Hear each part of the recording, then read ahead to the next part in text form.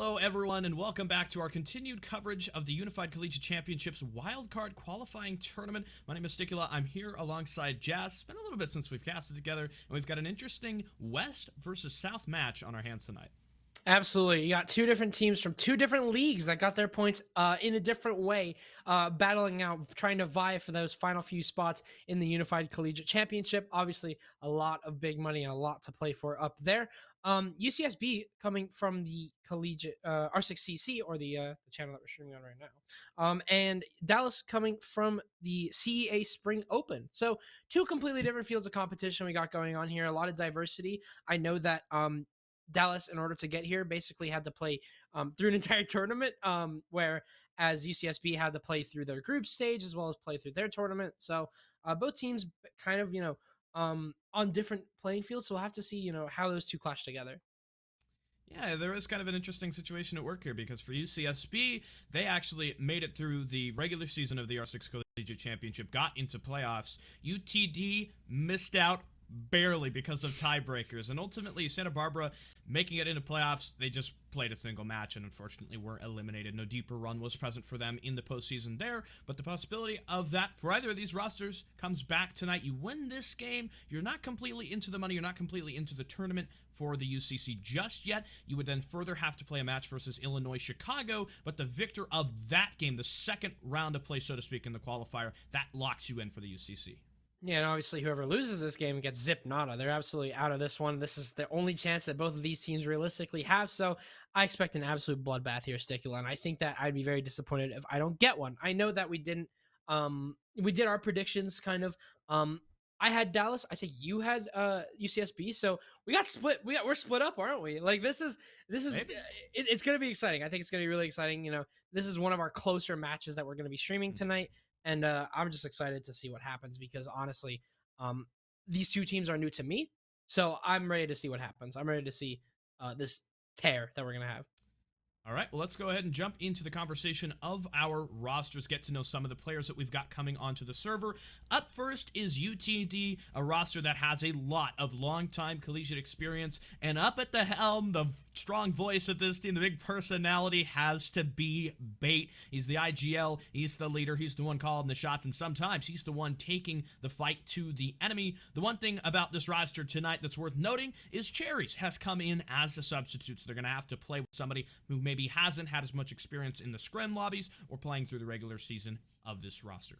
Yeah, I believe he's subbing in for markers, but on the side of UCSB, I don't think that there is a sub present. I think both of these, but everyone on this roster is just from the main roster. You have Jai, Keel, Salmon, TJ, and Hannah B. Cartwheel, which is got to be one of my most favorite names I think we have so far. I don't know what it means. I don't know what the meaning of it is going to be, but I think it puts a little bit of spice on the team. But yeah, I think that one thing to note here, obviously, not only do you have two completely different fields of competition, but you also have to note the paths that both of these teams have taken. Obviously, like you said, UCSB, they made their run through the bracket, but weren't able to get there. On the side of Dallas, they secured their points by going through an entire open tournament where they ended up losing 3-0. But due to disqualification, they won and they got their 20 points. And that's the exact reason why we're here today. So completely different paths for both of these teams. They played through different systems. They played against different teams. So just to see these two styles clash, I mean, maybe these teams have never met before. Maybe they have met multiple times. It's going to be super exciting to see what happens on that front. Well, one final bit of housekeeping before we launch into our matchup is, of course, the conversation of the map veto and where we end up going. Santa Barbara have elected to choose Chalet. On the UTD side, they would bring in Clubhouse, in which leaves us with a decider of Bank. We got a fairly even spread tonight. And before we do get into the game, I did want to make one final comment on that UCSB roster. The last time you and I casted together, we had a player whose name was an Attack on Titan reference, if I do believe. So we're getting all the fun names every time you and I come together.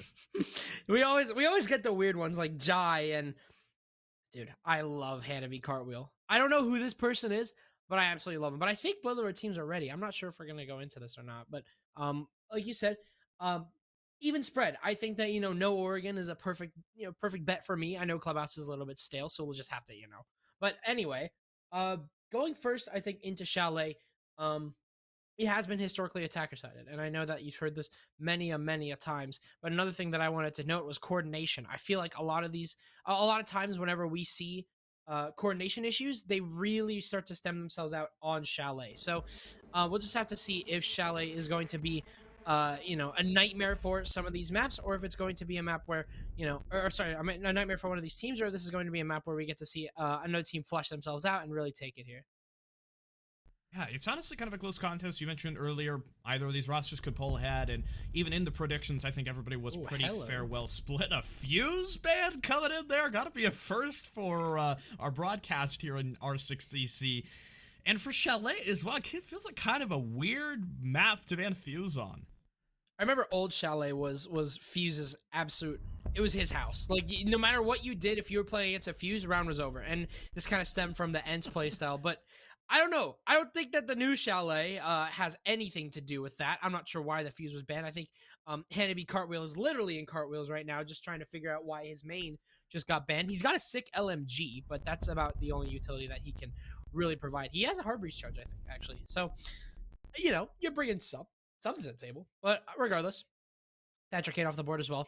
Typical of Chalet. Oh, we just got the best chat going on tonight here. It's just fantastic. Oh. Smoke is, I mean, what a strange selection for UTD, but one that I'm kind of okay with. The Smoke is going to change things here defensively. Maybe we're going to see more Tachanka. Maybe we're going to see the new Goya and the way that he changes things here. But when you don't got Smoke, I mean, such a pivotal operator, and UTD are first defense, so they're going to be prepared for that. Yeah, Smokeman really throws a monkey wrench into the plans there of both teams, because he's just such a fundamental operator that you just expect to have every single time. But now seeing him off the board, your rotates are going to have to come from, like you said, a Tachanka, your delay, your AoE. Both of those are going to have to come from a Tachanka or a Mute. So really interesting pick here. I think that UTD kind of just doing it for the fun of it. I think that if you have a flexible support player that's willing to play other roles or other operators like Tachanka, instead of just bringing your typical Smoke, then it can work out. But definitely certainly weird. Haven't seen a Smoke ban in a very long time, but it'll definitely have its effect on really well established teams that just just play typically and don't adapt as much. So there's a Tachanka in for your composition defensively. On the attack, things are pretty much normal. You got your flank watch, you got all your different breachers, and your utility clear when you're going to come against this top floor hold. You need that. It's a must. And it's often one of the closest contention points, fighting for this control inside library. If the attackers can do that and do it consistently here, Chalet really does not have a lot that you can fall back on. This bar side, it's kind of the must, the win that you need to get. And you lose this, now you gotta have a conversation about, okay, what are we gonna do for dining? How's that extension gonna fare out on that objective, the other on the first floor? Then you start talking about the basement and all that. UTD, let's see some confidence in the way they can hold this first top floor defense look. Looks like library pressure will be the idea for UCSB. Not gonna try anything too kooky just yet in terms of any basement rushes. Last time we did have Chalet on the R6 Collegiate channel here. We did have a basement rush, and it was quite exciting. Well, Joe's looking to excite himself a little bit as he's got himself just right in the face of the Solarium window looking for a possible pick, but none of that is going to present himself. But yeah, decent start here for UCSB. They know exactly what they want to take here, and I think an opening frag onto Joe playing a little aggressively could definitely be a big shout for them. But at the moment, he is going to rotate down the trophy stairs, and he hasn't lost his life somehow. Jai, unfortunately, just cannot line up the shots, and that's a big pick running away from the hands of UCSB and a really big opener that could have been really crucial for the side of the attack, but they're still going to establish themselves. You can see that they've got themselves inside of Solar, they've got themselves inside of Master, and they're starting to make their push over towards the Ivy hallway. But there's a player that I did want to mention underneath, and that is Sentry, who does wipe Salmon off the board. Your Finka is gone, and your fundamental entry is essentially gone as well. Not the cleanest start to the round for UCSB. Their attack has been, well, pretty slow going. Not having really stacked up and spent much utility in terms of this clear. Over on the southwest side, they're still kind of working with what they've got and trying to react off the back of the death of Salmon. Sentry getting in, getting that early contestation, and the inability to trade that already coming as a bit of a bad omen. Sludges open the window, and you should get a grenade in there momentarily just as soon as the burn comes on through. You can see the first flash in the frost, judging by her body language, is about to tuck tail and run. A grenade comes in, the first of which captured by the ADS. The second is good. Looks like it fell down the stairs. Oh, brother.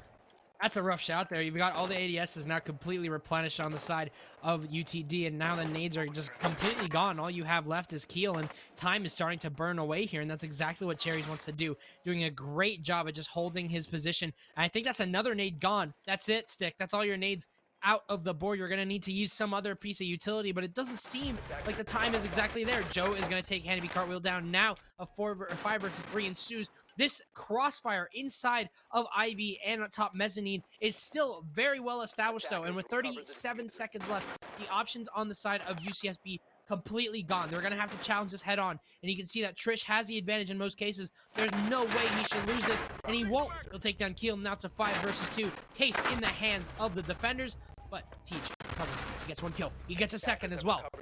Cherry's gone. So you've got top floor, but at what cost? 17 seconds remain.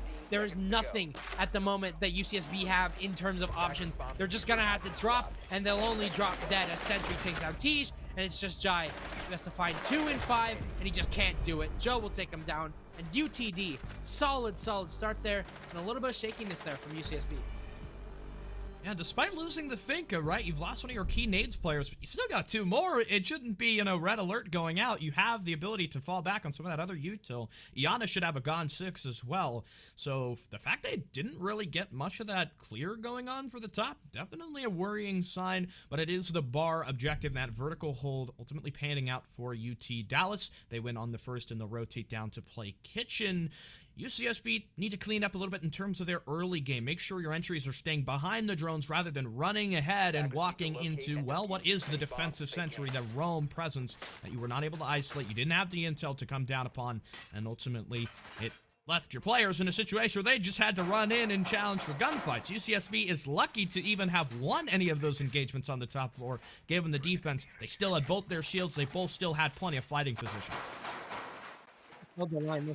That utility burn. You've had a gun to deal with, and the positioning there from UTD, they held still. They didn't peek anything too overtly. They didn't get too aggressive. They got their 1 pick there that was, I believe, onto Salmon at the very early start of the round there by Sentry, and they fell off. They just played together. They made sure that they didn't give up any extra bodies and didn't give up any extra positions off of that refrag, and they just played safe as sound. So, or safe and sound rather. So what I want to see a little bit more from on the side of UCSB is just proper utility management. I mean, you've only got 3 burn on the side of UCSB. You have flashbangs on the end of Tej, and that's about it. I don't think you want to use your Zophias super early on there for burn too often. So definitely going to need to watch out for that utility management and life management.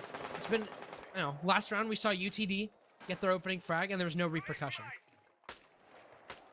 You can't allow that. It really will start to become quite a malignant thing if it stays up for the majority of this game. You're going to face slowdown after slowdown. Joe the Human already trying for an early contest. He falls back to that fortified fighting position from inside the office. With the sight line at the ready, it looks like Salmon first up to bat as he's ready to round the corner. Joe's got a deployable here as well to hopefully complicate things. Start to see the Iana begin the swing. Alibi will fall back. The wall's been open. Salmon tossing a grenade to make sure that nobody's flanking through the basement. It was attempted by Sentry, but ultimately does not commit to it. And they'll get that wall open. Very, very crucial, and get their frag onto bait all the way over inside of Master. Now Joe's going to have to fill up the spot that was just left dead there from the side of Aruni. The pressure's on. Joe's right now the only person besides Trish that is holding this top floor together, and unfortunately that top floor is going to be completely stolen away from the side of UTD. You're going to see that they're going to forfeit this completely and give it to the attackers. That means they are able to get your utility in and start clearing from above. Super duper helpful right now in the early games, especially the fact that you did it in half the round. That's all that you wasted in order to get that upstairs. That's like no time at all. Now you have time to get rid of any utility that could be on the wall and start to establish your presence inside of Fireplace to get this execute going. Well, depending on where they decide to go, but Trish is going to complicate things as he takes down Jay and is refragged immediately by Keel. Usually that top floor take is more just about enforcing the control rather than completely expunging the defense, and so far UCSB have completed that on the top. All the defenders forced to rotate back. In the meanwhile, UCSB still holding on to their 1-man advantage. They've got a decent chunk of utility to come back onto the site with, and the Selmas will probably be the most valuable portion of what remains here in the util banks. Gonna need to clear the electrification off the wall, but the bandit battery shouldn't be too much of a challenge for the Nomad looking down from on high. She's got the first battery and should quickly clean up onto the second. The time running a little low, and Cherries, he could have that C4. Ultimately, it won't become valuable enough. He gets cut down. Now the Alibi tucked up right in the corner, and Salmon has the control. TJ will file out for the finisher there. UCSB, an attacking success to mirror their defensive loss for the first time around. UCSB were flying through that round as well. They got their map control in as early as possible. They didn't let UTD's roam presence scare them off one bit, and it is a little bit of a lingering play style from the side of UTD. They don't like, as it seems, they like to just stick one player kind of in a position and just see how much time they can waste instead of kind of having everyone bunch up together and play a position. Because on Chalet, that can work, but at the same time, there's not that many stairs that you have to watch in order to hold the flank. You can have one good drone, and that'll be it. So what I want to see a little bit more on the side of UTD is just solid ground. Having solid ground upstairs. UTD were very spread apart going into that upstairs control. I mean, you had, I believe, Bait just kind of dying all the way over inside of Master, and the only person that could really fill his position was the Echo. It was Trish. So, I mean, I feel like a little bit more of a control play style on the side of UTD, one where they're playing together, where they're getting refrags, will definitely benefit them on the top floor, as well as holding their utility down. That time, UCSB really, really managed their utility, which is what, you know, the exact opposite of what we saw last time. Yeah, first time around, they were just kind of winging it everywhere. They lost a player below. They lost Nade's fruitless attempt on the clear for that deployable shield. On the reattempt here, UTD, as mentioned, really have to kind of calm down a little bit. I think playing more with your crossfires is probably a good idea and taking less of those solo challenges. This top floor is really a strong point for the defense, but ultimately, your job is not to go completely, run into the attackers and stop them at all costs. You just kind of want to force them back and keep them away ultimately from the office room, because that's where the vertical really is most valuable for the defense when it comes to stopping the plant. UCSB didn't need to worry about that. They didn't even really plant last round. They just ran in, got all the kills, and eventually arrived at a round win. Now a little bit more pressure coming on this piano balcony side. I like this idea from the sledge. Gonna force the defense to be a little bit more cumbersome in their rotations. Being able to hold this down is going to create a lot of pressure, but Joe is not succumbing to that at all. He is just swinging the piano window and making sure Jay knows his place. But Joe also got a very important job ahead of them. They've got to hold this shield as long as possible. Nade there from Salmon doesn't land. They want to try and get anything that there is on the wall. Actually, I believe it got the stuff off the wall. There wasn't anything. So, wall will get opened up here effortlessly again. UCSB were able to do this super duper efficiently last time, and you can see that's going to create a lot of pressure. Joe is going to be forced out of that position outside of K9 balcony, and is going to have to rotate back into the site. You can see though, UTD are not giving away any bodies for this. They are playing this super passive. They're playing together, because at the moment, there's one thing that I also want to note. Jai's on sledge, so last time we didn't see that. This time, UCSB might have an option to try and flush your defenders out of the basement, out of the site rather. Yeah, the Dallas retreat kind of eventuating right now. UCSB, oh, a great one there from Sentry. Really going to stop up that pressure, that sledge, that vertical player. Not going to be much of an option or an opportunity. Joe fires back against Salmon. Things are completely in favor of the defense, and they're going to take their 2 picks and run, rather than try to hold out this and continue to battle the offense. They've lost their sledge. They've lost that entry power that comes with the Finca as well. And so Santa Barbara will have to think about executing in the 3 versus 4, as we have a disconnect. You've lost Cherries now, and so by the good graces of God, UCSB only have 1 pick that they need to claw back till we're equal. Super unlucky, but at the same time, on the side of UCSB, you've lost nades completely. The only thing left is Keel's gone 6, so utility is going to be very strong here from UTD. They've also got Trish on the Echo that they're going to be playing for super heavily, so if anything the UCSB want to do, they actually haven't spotted the Echo as well. He is extremely safe right now in this corner, but Handy Cartwheel is going to take down Sentry. Trish is going to swing wide, and he drops a diffuser. That's a lot of time that's going to go down, and Trish is onto another. Somehow they find themselves in this corner, but they haven't backed themselves and locked themselves in, as Teej is on for 2. It's just Trish in a 1 versus 1. Gonna decide to take the swing themselves. 3 rounds there. Sorry, 3 kills rather from Trish. They line up without even needing to use the Echo drone, and they win the round there. 2-1 now for UCD. Well, hopefully we'll get the player back in the lobby relatively quickly and we'll continue to move on here, but it's a back and forth kind of contest. The defense, they played a little more reserved in some aspects, but they didn't completely give up the ghost either. They were still kind of fighting in a couple different ways there and getting rid of that bathroom pressure. The Sledge, he didn't really do enough. He's the player that's supposed to cut that rotation back, and he couldn't make it happen. Unfortunately, the defense, they run those 2 kills. They almost came back for the offense's sake, right? It was just Trish left fighting from that trophy room position. You got an Echo. He's goaded on it. He's got the 1.5x optic. It's really hard to put a stop to him. Yeah, absolutely. And I think that pressure definitely was starting to like linger in the minds of UCSB. You could see them making kind of really spread out drops where some person would just drop a hatch, and then you had people just walking down trophy stairs without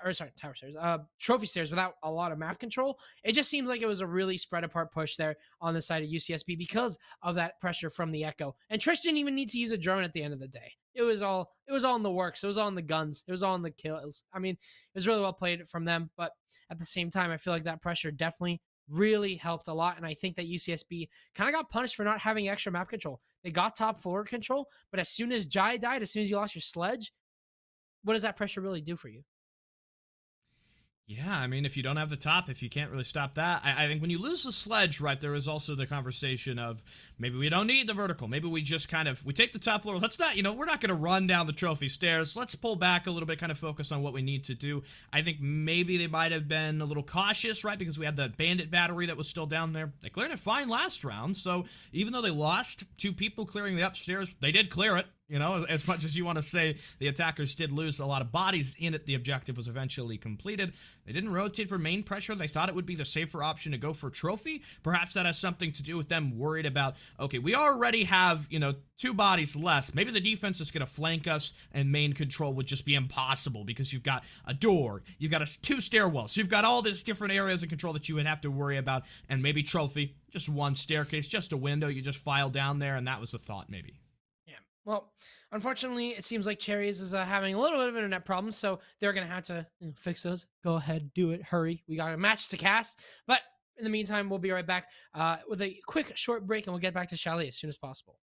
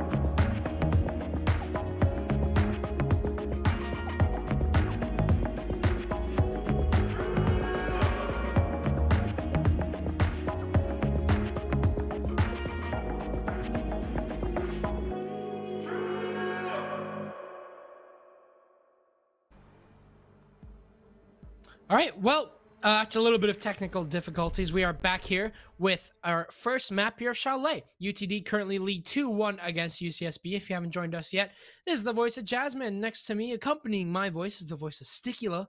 Sticula, where we left off, we had a nice little 3K there from the side, I believe, of UCSB. Or, sorry, no, on the side of UTD. But even off a 4v5 disconnect, it didn't phase them whatsoever. And that is Dining 1. So we have just Barn Gaming to go back to, which was, I believe, successfully won by both sides. So we'll have to see what happens as we move in to round number 4.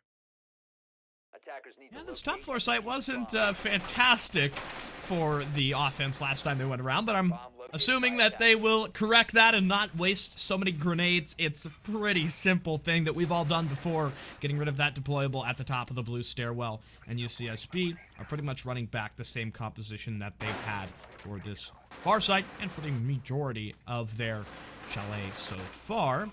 On the defense, UTD playing the same exact strategy, so it's really just going to be up to the execution of these two rosters.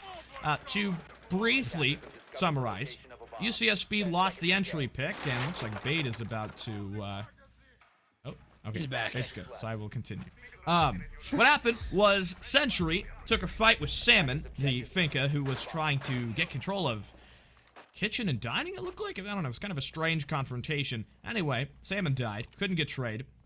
UCSB tried to nade out the top blue shield. It didn't happen. They wasted all their grenades to ultimately never get any result out of that. Then they just kind of had to flood. They did get control of the top floor, but really couldn't execute onto the site. And obviously the pressure from the Echo drone kind of made them maybe pick up the speed a little bit, but it was the fact that UCSB had little to no map control that kind of hurt them. But this time around, they're not going to let it hurt them, as Salmon is going to swing early on inside of Office. He's got players as well accompanying him from the solar window side, so it's going to be a decent pinch here, I think, onto Joe, and he's going to have to rotate back, but plenty to fall back on, as of course you've got your Ivy shield, you've got your top Mez shield, and again, Stick, like you mentioned last time around, it was a game of utility clearing that just simply went in the favor of UTD because the attacking side just wasted so many grenades. We can't see those mistakes happen again because their shields were so potent last time around. For the most part here, UCSB setting up.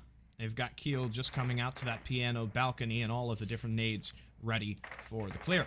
Salmon will be first to the charge. He's going to try to get rid of the deployable that we've got set up on Chimney. In comes a Gon 6. Looks like maybe possibly to destroy that bulletproof camera from Joe. Flashbangs pour towards blue, and so too do the grenades, but I think, again, they both sailed over the railing. And so, unfortunately, UCSB, their timing with those nades is just so unlucky. On the second attempt, with 4 grenades, eventually they have cleared this deployable, but you can maybe say that's quite a cost for just one piece of bulletproof gadgetry. They somehow even got the top Mez shield. I'm not sure what happened there. I think all of UTD have rotated downstairs, and you can see what forfeiting top floor has done to the defense here of UTD, as now it's a 5 versus 2. Cherries is going to have to recover Sentry right back up, but this attack from UCSB is going swimmingly compared to last time around. Bait's going to swing with an LMG, and he's got the head of T's trying to swing for another, but it's a little bit just too gluttonous there. A little bit too greedy. 2 versus 4 now.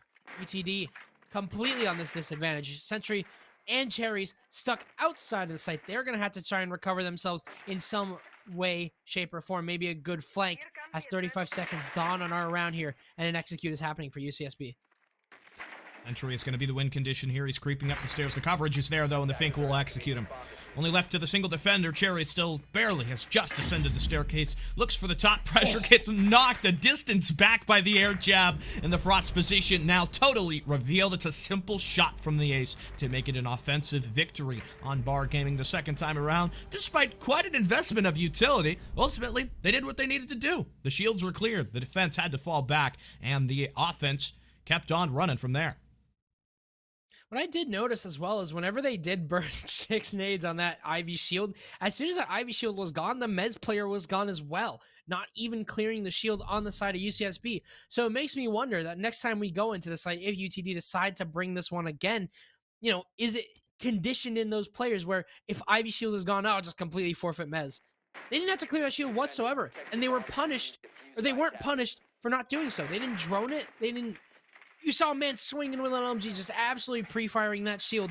and all they got rid of was the Ivy Shield, and nobody was there. UTD were forced downstairs and completely rid of at that point. Makes you wonder, maybe you just need to get rid of one of the shields, and the other player will just get rid of themselves. So, regardless, we're going to be going over to Master Bedroom, a site that has not befallen us just yet, but we'll have to see if UTD can hold it down. Historically, whenever we saw them go into dining, they had a little bit of a difficult time keeping this upstairs control completely in their hands. But what are they going to do now that it's their entire bomb site? Could become a little more difficult, right? When UCSB, both times, they did get the top floor, and they fought for it, and they did lose a couple casualties. It went really good the first time on that extension fight for dining. The second time around, not so great because the defense realized, hey, we can just play a couple crossfires here and there. Sentry playing for a little bit of a trick play down in the basement. Nobody looking to pressure him right now. It's a bit of a different take than you might expect usually. Not solar pressure.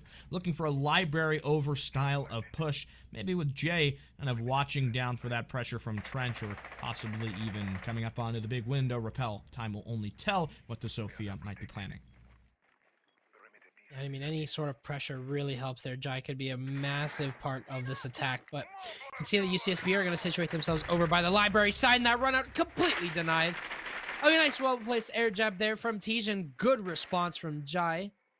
So they've got now 5 versus 4. Sentry completely gone with no punishment to follow suit. UTD, they've had a lot of trouble whenever they lose their opening man, so this is going to be really difficult here for them to see if they can hold this one on, especially because Trish wants to make a play. They're over by the trophy window, but Jai is holding this down. It is their territory. They're not willing to give it up, but a lot of shield play as well coming on the side of UTD. And Stick, historically, it's been really difficult here for this attack to get rid of any of those shields. It's been a really slow process, and it's been ultimately the attackers kind of, getting worn out, but we'll see if things change now that they've got that opener. And again, it's gone untraded. Such is the nature of attempting that brazen play. Lots of risk, lots of reward in losing the cut from that big window. Nades go up, nobody playing an office proper, so it shouldn't be too much of a guess to say that wall eventually should come open.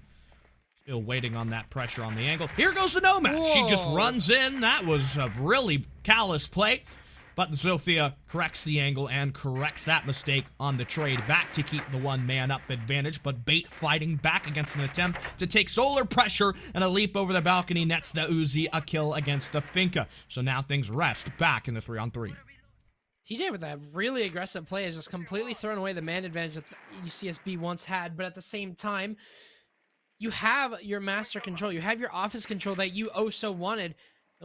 Now the wonder is that is the utility going to be well placed here from the side of Bait? Are they going to be able to force the attackers out of that default position? You can see Hannaby cartwheels into the default plant. Can Bait molly this off properly? So far, Hannaby is completely safe to fire damage, and this cross is going to be held here by Jai, who has been a menace on this window. Jai has been on this repel for the entire round, and that's 3 kills for them.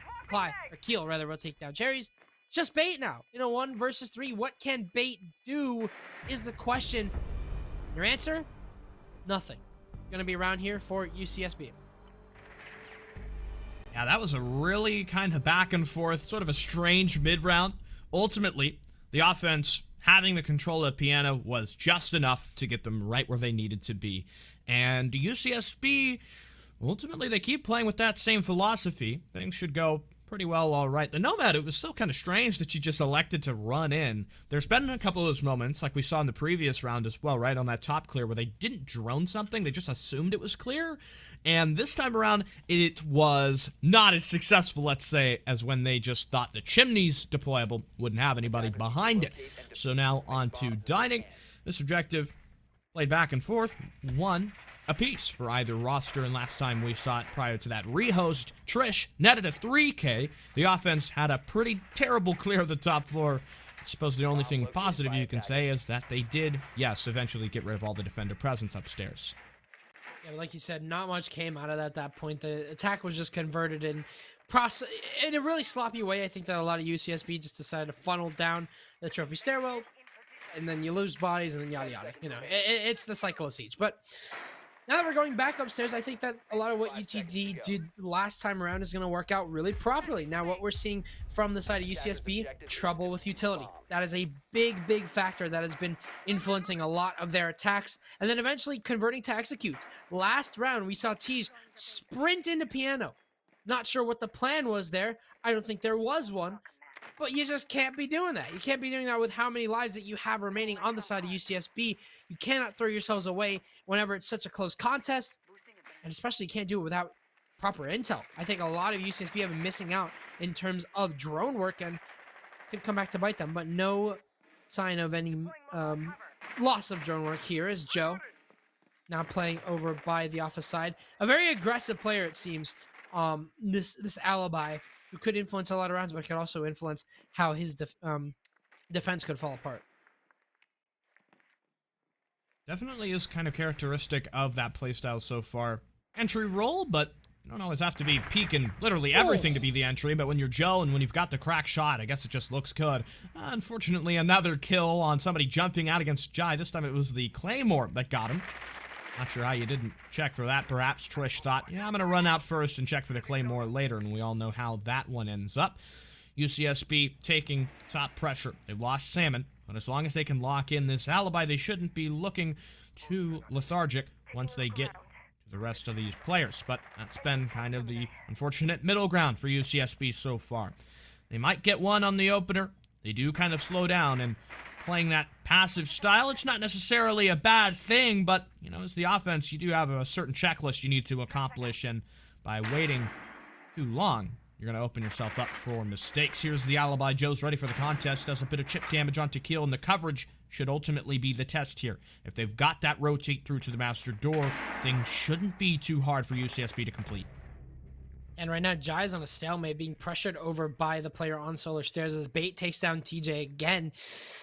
This push is seemingly slowed down. Very uncharacteristic of UCSB, as last time around they were able to get this top floor lickety-split, but Bait is holding this down over by the bathroom side. Keel's finally going to get in, but it's going to be Joe the Human to swing in and get his kill, but it is immediately traded out. Sentry Howard will take down Jai, and finally a runout is successful against Jai, who so far has just been locking it down. It's just Handy Cartwheel in a 1 versus 3, unsuspecting of Bait still inside of bathroom.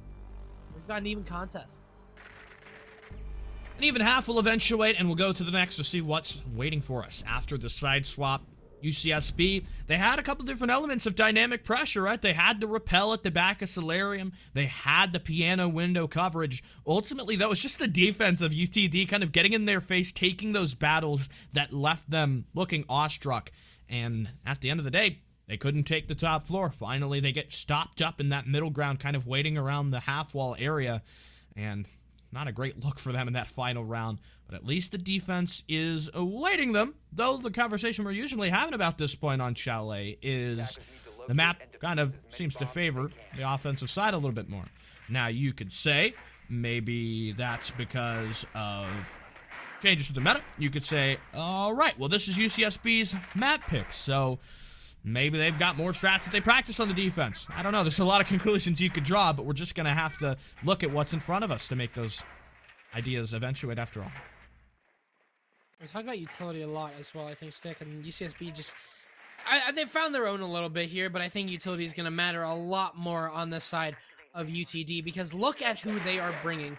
That is a perfect set of burns. That is a perfect set of nades. You got the Flores. I mean, there's a lot going on here on the side of UTD that we didn't see on the side of UCSB. A perfect amount of flashbangs. You got 4 nades to work with as well. A decent amount of burn if you want to use the smokes as well. But one thing that I really wanted to look at here is UCSB without the smoke. Remember, UTD decided to ban it on their defensive half, and going 3-3 without a smoke, especially on Chalet, not an easy feat there. So really well played to them. We'll have to see if the C4s are going to come into use here for UCSB. If their C4s are anything like their nades, might want to be a little bit cautious, but regardless, defender utility completely different, so we'll just have to see how UCSB decide how to adapt. You can see that UTD, they're going to try and give the defenders a lot of trouble there with the Flores drones, but of course you've got Mute on the board. That can be even more troublesome. Salmon fighting back against those Talon shields. He nabs the first with the C4. Trish getting stopped up, that first sign of the Flores pick to join the Osa as well here. The Mute Jammers are going to provide a bit of an effective counterpunch, though, that you'll need to clear until you can move forward with the rest of your Roteros. Not much being contested against the attackers. They didn't have to fight too much to get in from the library side. Mute Jammer cleared. Attackers can continue to make their progress, and Trish gonna roll in a Rotero drone. Life could get difficult for Salmon. However, I think that Rotero drone a bit worried about the Mute Jammer resting on the other side. And Salmon on terribly low HP. He's an easy target. The nade will roll in, and DBNO'd goes the Mute, and he should get picked off by Trish relatively quickly. Beautiful nade there from Sentry, and while Salmon is now down, he's in no man's land as well. And C4's completely gone now. If Salmon does end up dying, Jai losing a lot of their HP as well. This is a lot of pressure here from UTD. You can see Trish is just trying to get rid of the Mute Jammer. They want to get the Flores drones inside of Office, but at the moment, that hasn't been an option. You can see lots of utility flying all over the place. The wall is open. So as long as, and only as long as, they can hold Jay off of this piano cross, Plant could start to go down. You can see that's exactly what's going to happen here. 5 versus 3, and Trish lines up Keel. It's just down to TJ and Hanabi. You can see TJ's going to force bait right off of the window. Now 4 versus 2. Unfortunately, it is just going to fall apart in the hands of UTD as they claim their first attacking round in a very convincing fashion. That was a really solid form in terms of the clear. Getting those Rotero drones in, it looks suffocating for the defense, and UTD complete the last round of the half, and a good transition for them to pick up the first one offensively here as well. The Office site just not looking like the best place to be. Generally, you would look to that Master and Office objective as kind of towards the back end of the rotation, but Santa Barbara wanted to play into it first. Ultimately, it's unsuccessful. They will not choose to repeat that. We're going to see what their bar looks like, and if the first round is any tell, I think UTD are going to be in the clear as far as how their utility is playing out, because, man, they just had everything. The Roteros came in, blew every opening sky high. The nades were good as well, and ultimately, UTD really didn't take any prisoners. The cross coverage was epic. And if you're on the UCSB side right now, you kind of have to think about this. How are we going to hold out this extension when the utility is going to be overwhelming? But what I'm looking at first here is a Maverick and a Thermite in this composition for a top floor hold. You generally don't really get double hard breaching on this site, which doesn't really require too much of it. Usually you might see a Habana there, I think mainly for the office walls. That way you have a hole to throw your utility through so you can do it safely instead of peeking the Ivy door. But yeah, the Maverick definitely a little bit unconventional, especially because this site just doesn't require any hard breach, I think, except for that office wall. And sometimes, no, actually just for that office wall. I think that's the most important part. So Trish is, I think, the best operator for that role. I'm not sure what they're going to choose to do with Cherries, but regardless, you can see the UTD are quick on their feet as they're going for this clear, and they've got themselves inside a library. You can see Pate. That just looks so ridiculous, man. But he's going to swing into Mez. Holy moly, that's a way to do it. You get rid of your shield player inside of Mezzanine, and you've got library control. But Hanabi, a very important kill for them as the diffuser now down. Sentry's going to have to recover the Ivy shield. Almost completely unsafe now. Cherry's going to go down as well. No. Not again.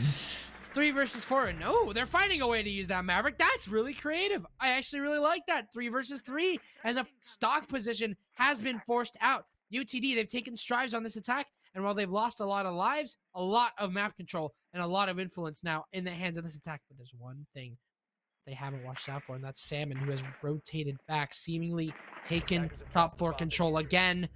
And he's taken down Sentry. A very, very important kill there for Salmon. Now just up to Trish and Joe. What can they do? They've lost their top floor presence that was oh so well established. Joe's going to lose a lot of his HP there from Salmon, sitting at the bottom fireplace stairs, possibly looking to line up a 3rd kill. But it doesn't matter at the end of the day. In the grand scheme of things, UCSB can lock this round down knowing that they have the diffuser upstairs, and Trish has 1 minute to find 3. It's really an unenviable spot. UTD, I liked a couple different things they did. That was a cool Maverick trick to get open the bar wall, the stock wall, and the Talon shields were great to just quickly get into the library area. They looked unfettered at the start until they really weren't. They got a player on Mezzanine. Then they had some trouble with the one that was top blue, and he kind of got bogged down on that top pressure. They tried a little split take, getting into library, getting into the basement as well. Never worked out for them. Trish will try for a nade. Nobody waiting for it at the top of blue. You got one guy over by the office breach. Just waiting here. Salmon hoping to strike. The T-Bird is ready. The Maverick on the other side and beginning to bait it out here. The Maverick might still have the edge. Unfortunately, the Thunderbird swings the corner, and she had long ago given away her intentions with 20 seconds remaining. Trish does not have control of the bomb. Waiting to vault the balcony. Barricade in his path. UCSB know everything that they need. Should be an easy closeout in the 2 versus 1. The Maverick getting some damage onto the Wamai. This entrance is going to be the most challenging part about it, though. Where's the Jaeger? He's waiting on the other side of the bomb chassis. The Maverick will check for it. And ultimately, he can't finish it out there. So the defense, despite a very raucous back and forth round, finally will end us out. There it is. Dallas. Unfortunately, could not get that one. And obviously, a disconnected from Cherries is going to hurt. But on the side of UTD, they had so much presence on the early ends of that round. At the very beginning, they really had top 4 control in their hands. They had a player inside a freaking library. But then eventually they just kind of collapsed at the seams. UTD got a little bit too over-aggressive. They really wanted to try their luck, and unfortunately, it simply didn't go their way. So now the question is, on the side of UCSB's, how do they convert this pressure? Now they're going to be going back upstairs, which was completely won out there on the side of Dallas. What do you do? Try not to lose so many bodies in the early game, I suppose would be my connection. Not let the attackers get the plant down. Bring the mute again, because the Flores drones were just everywhere. They were running in. And, I don't know. It's probably about as much as I can say for you. Maybe you try to play more of a roam over by the library side. Just because the attackers got in and they had so much time to work with. And actually, when they executed, it was sort of around kind of the late mid-round. If you try to push them more towards the end stages there, then it does get a little bit more kind of jumpy. You have more opportunities to kind of work a flank because the offense is kind of rushing, trying to hurry up and go a little too fast. Other than that, UCSB just need to be confident in themselves, need to play together, hold crosses, and understand that letting that plant go down is unacceptable. And I mean, it went down with quite the force there. UTD, I think, had a 5 versus 2 at one point. So, can't really be letting that happen. Unfortunately, it seems like at the moment, UCSB are going to be playing a little bit of an extend. You mentioned the library extend. Well, Salmon is underneath. And historically, we've seen Salmon time and time again just kind of be that lurker and just be that player who tries to throw a little bit of an unpredictability factor into the side of the attack. But as you can see, it was pretty well predicted. As Salmon is now dead, completely off the board, and I think that is your only roamer now gone. You can see that all 4 players are now situated inside the site. Whether they know it or not, UTD have now confined the entirety of the defensive map control into this little, small, tiny space. Last time around, they were able to get plant down pretty easily. Let's see if there's going to be any resistance to their path this time. Entry has just been formidable in the entry game so far, has won the opening kill the past 3 rounds in a row, and did have some good involvement earlier in the first half as well, when Dallas was ready on the defense. Salmon down, Bait has finally rotated to play for that window pressure, and this is just the extra kind of key, the element to unlock the rest of the pressure. Talon Shield goes in and really will make the defensive life difficult. You can see already they're forced to kind of rotate back. The Alibi begins to tease the angle, but Bait simply needs to continue waiting. Just a little bit of a lull right now. The south side pressure from the offense is maybe waiting on the bathroom. They still got this Wamai tucked up in the corner. The fact they haven't opened the piano window is a bit worrying. Joe will try to do that, but he's already beginning to shoot up one of the Prismas, as that has become quite a difficult reality. Jai's got the shield, they've got the burn, and Cherries still having difficulty making his entrance. Last time around, UTD were basically in by this point, but Sentry on the entry. It's in the name, baby! He's going to take down 2. The Talon Shield is now gone, but Bait is still holding a very important position. Jai takes down Joe, but also Keel is dead on the floor. Jai Oh, man, he's got himself inside. He's got himself inside half wall. He won't deny the plant in time, but he's in regardless. Now Jai, stuck between a rock and a hard place, has to reload now. 2 versus 1, no HP on the side of this Wamai, nearly making a game-winning play there, but unfortunately, it seems like the only game that he's going to be winning is the game of death, as he loses his life inside of Ivy. It is another attacking round going in the favor of UTD. They've been so formidable on this upstairs attack, and they haven't slowed down just yet. 5-4, but it's been a very back-and-forth game. And well, for the offense, they really just have the full authority on that top pressure. I doubt we're going to see Master attempted again. And UCSB, they're still locked out from repeating on the bar. It's a simple call between going dining or trying the basement. And we will go to the bottom floor for this next one. UCSB, a crucial round. They need to get back in the saddle here because this is their map pick. They lose this, and things get a little worrying when you've got Clubhouse ahead, and who knows how that one really will play out for UTD. Of course, the offense as well. You kind of look back to that first half. Of course, we've got that smoke ban. It's always something to worry about, and I think it is kind of something important to talk about for that top floor context as well, because smoke is so important not only to playing on piano, but just for his utility as well. That's 30 extra seconds of burn that UTD have not had to fight through.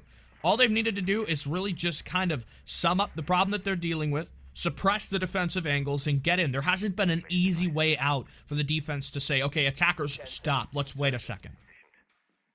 And I mean, these executes have also just been coming at a really impressive time, I think, for UTD as well.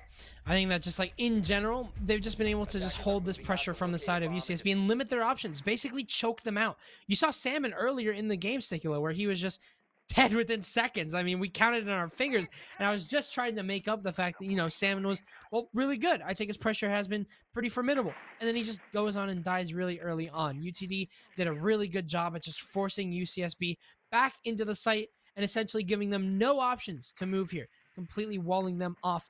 But now, on the side of UTD, a site that's been very, very difficult to attack, as I'm going to be going upstairs, into bar and gaming. Last time around, they just jumped into library, and it worked. You know, the 1 in a million chance that it did. But now they're going to be switching it up. They're going for a full push. But that right there is not ideal. Trish, Nick repelling in, and now Salmon dropping right into the hands of the attackers. How is Salmon not dead? They've wasted so much time here, and out of all this, somehow gets away nearly with his life, but Bait will come and steal the kill away. 4 versus 4. Very confusing few seconds there.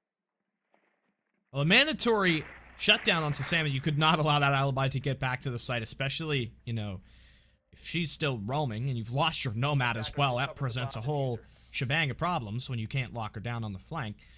Different mirror window than you would usually expect there, but watching over towards the blue side from Cartwheel.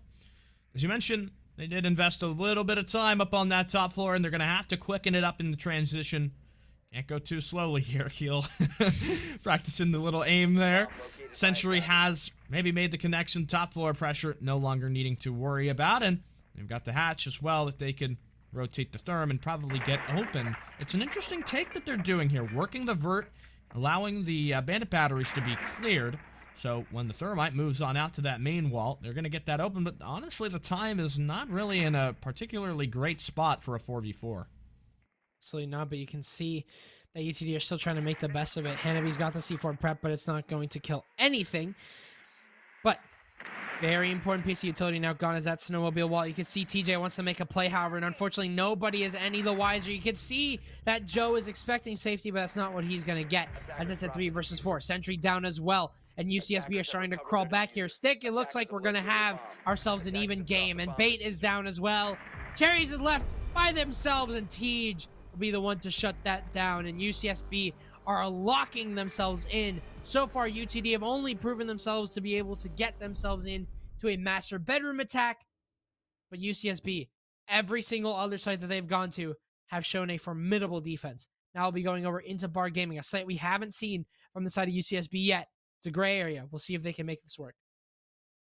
And I have to make the connection for the Bandit moving up those main stairs to the early death of the Nomad, because you didn't have the air jabs to lock that off, and maybe the Sledge, you know, he was used to that being a reality. He was used to not having to worry about somebody just walking up, and, you know, sure, you could say the Bandit, that's kind of a ballsy move to just walk up the stairs, but you needed to make a pick happen. You needed to kind of release some of the pressure that was happening from the Sledge, and the Bandit did it. He got it done, and that was the kill that ultimately started the avalanche of defensive success for the basement. Bar being unlocked once again. UTD, yeah, if the site's not got a master bedroom or an office on it, they aren't taking it, and so far that's been the bane of their second half. They fixed that up. A win in regulation is possible.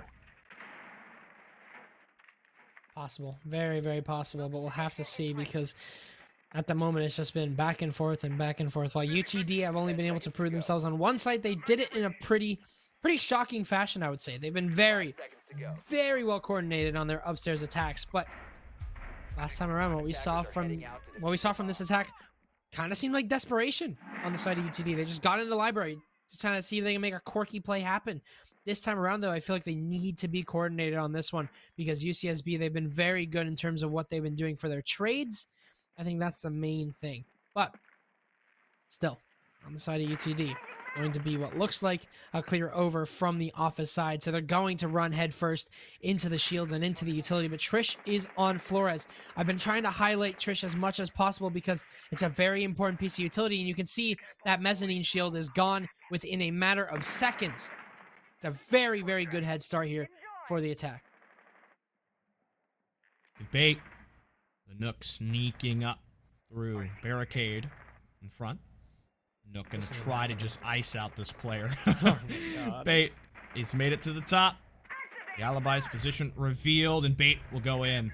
Just a rat play, the very definition. But Jai, moving through over on the piano side, will trade one back onto Joe. Century collapses. Oh, there's another freebie for Bait, who's still running amok. Spots the SMG of the Frost beginning to poke around the corner, and Salmon will go ahead and drop the case. It's been such a back and forth conflict here. Defensive ability to kind of poke and prod, but also that Nook making her sneaking efforts. Cherries on little HP. It's one player. Where is the pinch pressure from UTD, who continue to just feed kills into the Thunderbird? Oh boy, that was a confusing bit of siege competitive play there, but at the moment, Bait has made his presence very well known. Now just Keel, gonna be flashed inside of stock. Salmon is basically the only legible player to try and get any kills here. Oh, but Trish hasn't gotten the frag. The player inside of stock still very well alive. Keel holding it down, and Salmon's back. A third kill for Salmon, and now they've got themselves in a 1-versus-1 against Bait. Nade gonna soar up the library hatch, but it won't find. I don't think it actually went. Still in the hands of Bait. He's waiting for the play. He spots Salmon. He's just gonna back off. Case in the hands of Bait, but so many holes open above. The drop is in from Salmon. They just decided to go soaring. Fish don't fly, but unfortunately Salmon does. It's going to be a 6-5 lead in the favor of UCSB now. Again, very confusing attack there from UTD, trying to make an unconventional play work, but for the second time, it has failed. Yeah, and the very definition of kind of a botched attempt on that top floor, which is, it was the same thing last time as well when they had the Osa just hop in and try to take that pressure. They got the opening kill. They had a good start to it, but they just let 4 people walk into Salmon. The bomb was down in a rough spot, and just the inability for UTD to collapse on that one guy, it just sticks out like a sore thumb. And ultimately, that bar site, we continue on with the narrative that UTD, unless it's master, just can't win it out. And here we go for the final site in the first half. It's back to where we know Dallas can attack. Let's see if UCSB can change something up. Last time we were here, we had the conversation about the smoke. Because he is not available, you have to look to other means of stopping that pressure. Yeah, it hasn't even been a lot of pressure on the side of UTD. You have a player sitting on a window like usually, have him on big window, and then you have players going and opening the walls. That's it. It's so simple, and it works so effectively. And I think it's the fact that that smoke isn't present. You just cannot, at the moment, if you are UCSB, force anybody out of pillbox. That's the whole point of having piano control, is it not? It's to try and just completely hold off your pillbox. Have open holes on the floor and just basically not allow any passage into the site to go for a plant. every single time. It's been super easy on the side of Dallas to just get themselves inside a pillbox and get that plant going. Just need more pressure from the utility there. I get that you don't have a smoke, but you still have 2 C4s. And last time around, we saw a C4 wasted on the side of, I believe it was a mute, just getting rid of a talent shield. For C4, 1 talent shield? It's super unnecessary. You need to keep those C4s there for the plant, and we'll have to see if they can play their utility, well this time, as it is do or die for UCSB. I'm not sure how they spotted it, but those Kapkan traps definitely don't look like normal. They've got a little bit of extra cosmetic flair to them. But we're going to move past that. It's such a strange thing. But Salmon, first time playing the Kapkan. Wall's been opened up. UTD already cracking on with their pressure, as it were. And TJ looking to be that player in shotgun as well. They've spotted one moving back on the rotate down below. Kapkan in the basement. We already know that Salmon, just as an individual, can be quite a threat. UTD shut him down. Overtime should probably be guaranteed. Flashbangs are coming through and burn off that piano utility. Still an ADS up, though. Well, there it goes. It's been naded, I guess. So, shield is still up, though, on the side of TJ. Salmon's on for a flank inside of the bar hallway, and he's got a C4 in his hands as well that he can toss from above. We'll have to see, though.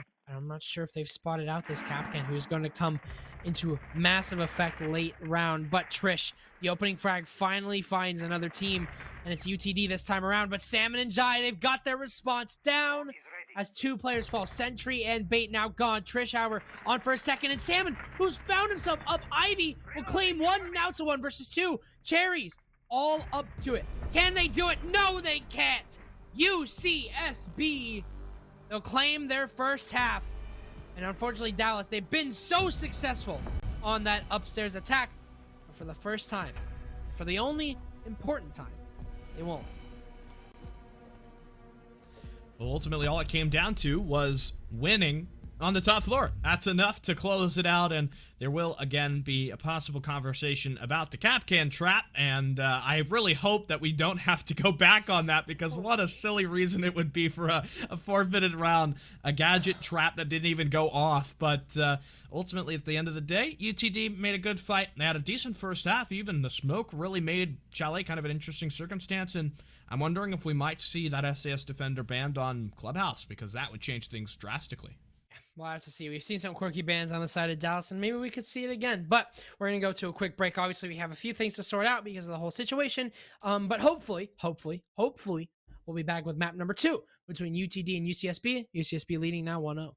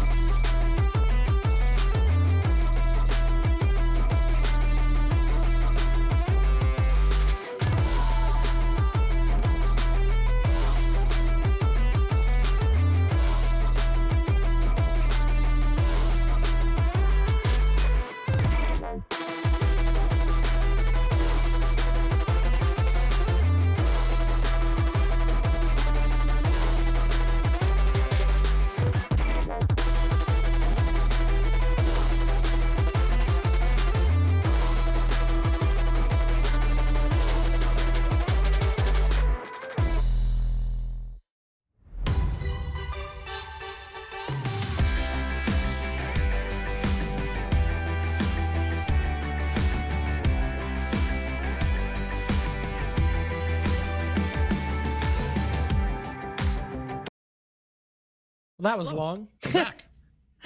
Oh, we apologize. Things happen. We have these issues every now and then. But, unfortunately, we have to go on. We have to go next. We don't have to go back. For those of you who want clarification on what happened with the protest, nobody hit the cap cage wraps. The rulebook doesn't say anything about elite gadgets, so we don't care. That's pretty much the consensus. Yeah. Sorry, Dallas. You're not getting your round. It was a close game. It was a tight fight, and I think that, the better team will win in the end of the day, and I do think that just moving on from this whole situation and going over to the next map will be a great fresh a breath of fresh air, because this map has gone for about an hour and 47 minutes long. So we can definitely, I think, move on from this one. But we're going over to Clubhouse, an easily predictable map. I think here, Sticula map, where we don't really have anything new to show off, where we have just basic operator lineups, where you have basic operator positioning. I think that the one thing that will kind of come into play is we've been seeing a lot of, interesting ban phases on the side of Dallas. That could definitely be of effect moving into this round. But regardless, we're going on to map number 2 here. UTD down a map. How can they respond as we move on to Clubhouse? Good fundamentals offensively. Winning attacks on objectives that are more than just one. Not only winning on a single site, because that's what happened on Chalet with the master bedroom objective. Let's get to the operator veto conversation. It's Sabana who's taken out first. Maverick likely to follow. I've seen more and more Hib getting banned recently. You do get that kind of relationship between the bottom floor objective when you got the X-Kairos. It really makes life difficult defensively. On the other side, for the 2 defender bans, probably going to be like Cade Valkyrie. When you ban Maverick, you leave Cade up. Nah, things really aren't good. Nobody's wanting to play Cali for 6 rounds in a row. So it's Cade. And UTD, beginning on the offense, this is their map pick. So if things go as expected, we'll probably head into a 3rd map at them.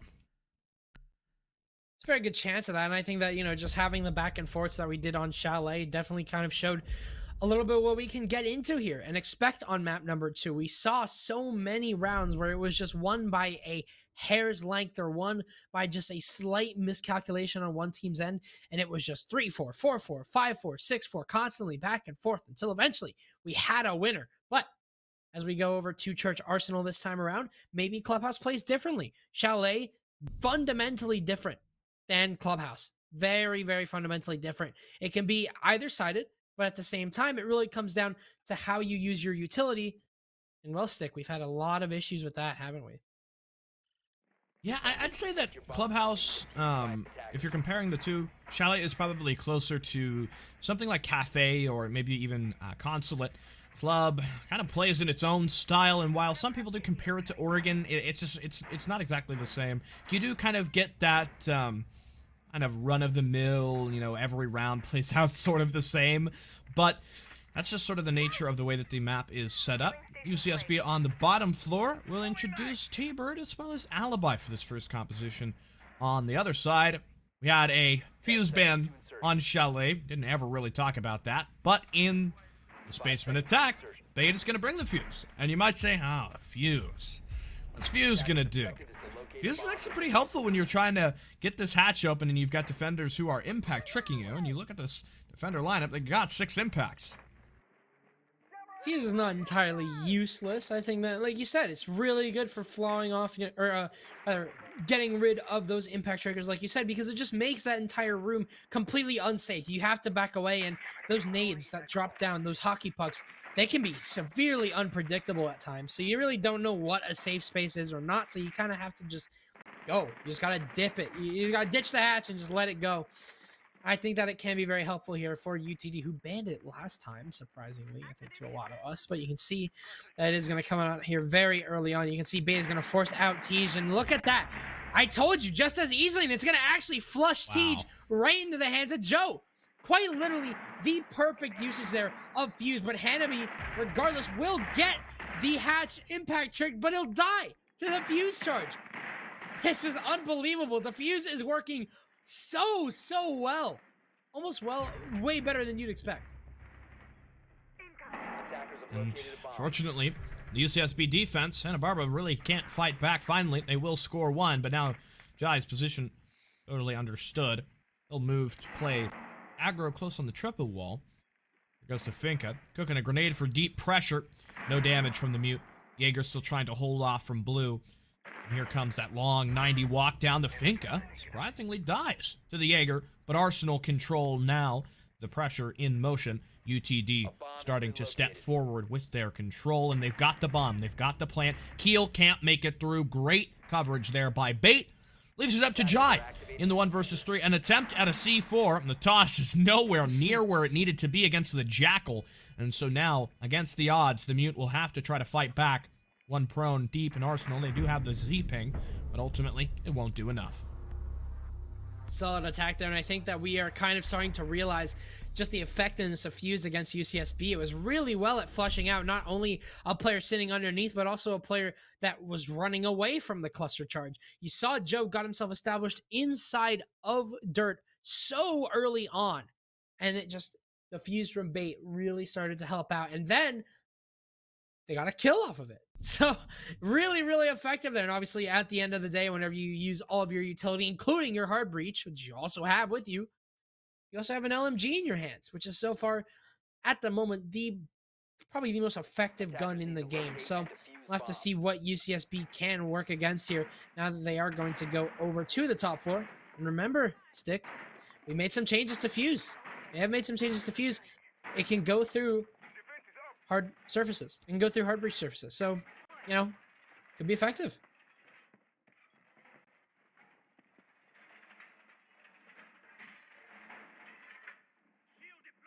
Aw.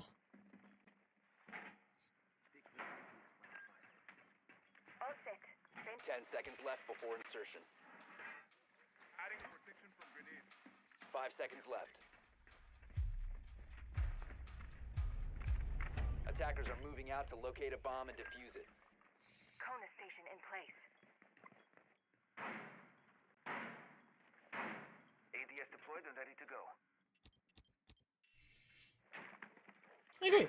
I think that Thatcher is just, like, in general, not very popular to begin with. I think that because of the fact that he is banned almost all of the time, you don't get a lot of usage out of, kind of just... I think it just makes the game a little more fun, but you can see fun is all that we're going to be having over on this attacking side. As Bait is in for 2.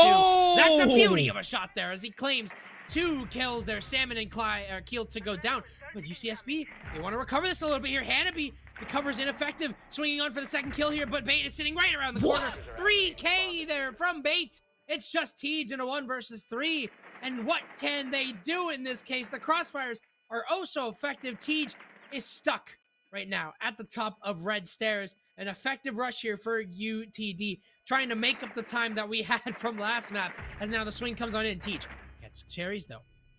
The game's not over just yet. The round hasn't ended until it has, as Bait, 4 kills for him. An effective rush and an effective wipe there from UTD.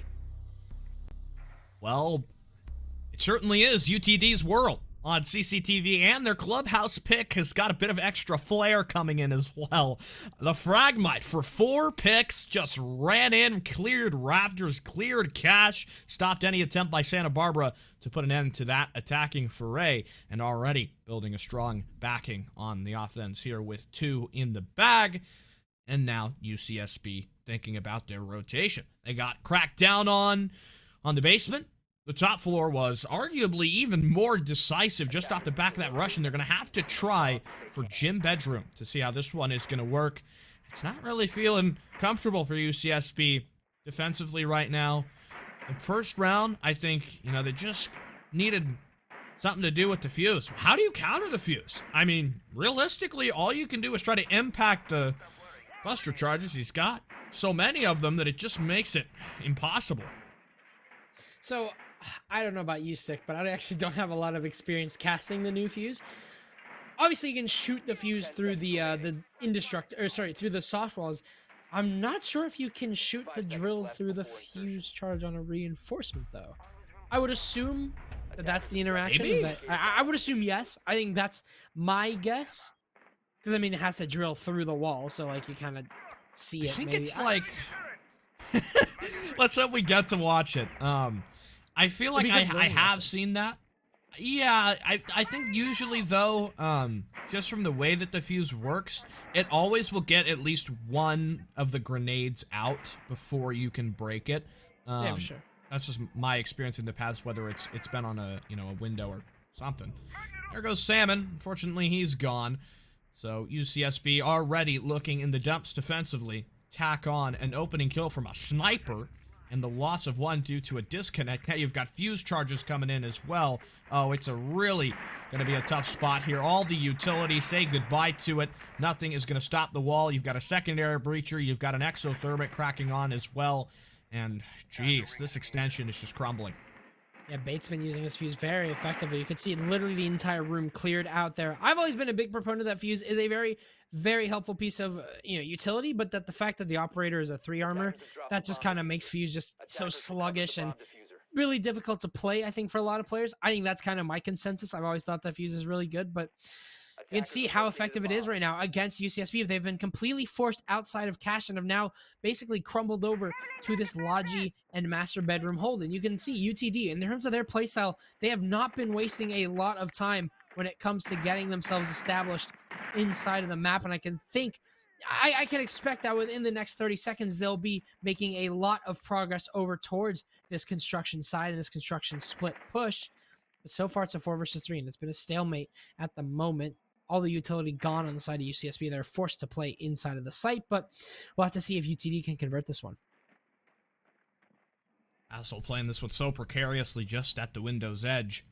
Knows he's got that sniper to worry about from that rooftop balcony. Exothermic comes on, but the fuse has been eliminated by TJ.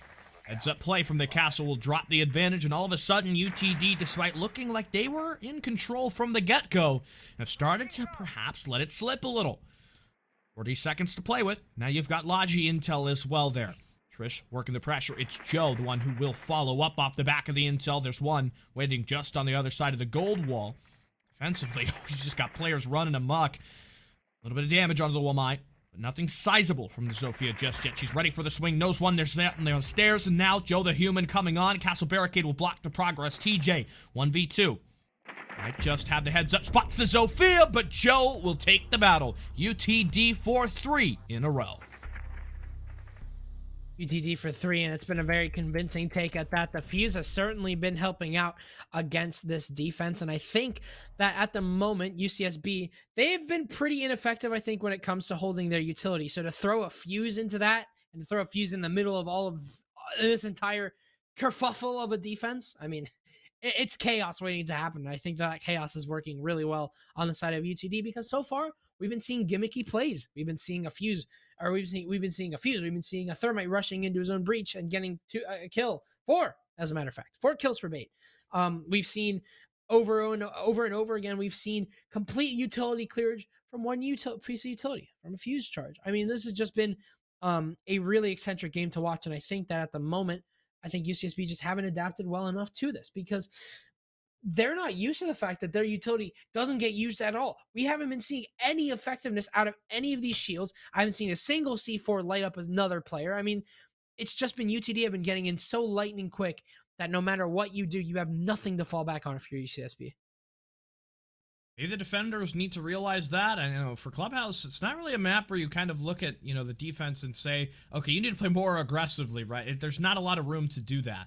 But in what we've seen so far with how quick UTD have been in establishing a lot of their utility, opening walls, doing this and that, you need to kind of make those decisions on the fly.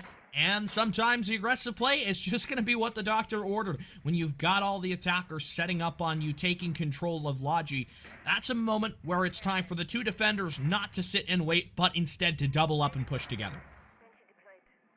Yeah, and I think that a lot of the time GTD have just been going off of those trades, like you said, doubling up. It's such a simple principle of Siege competitive play.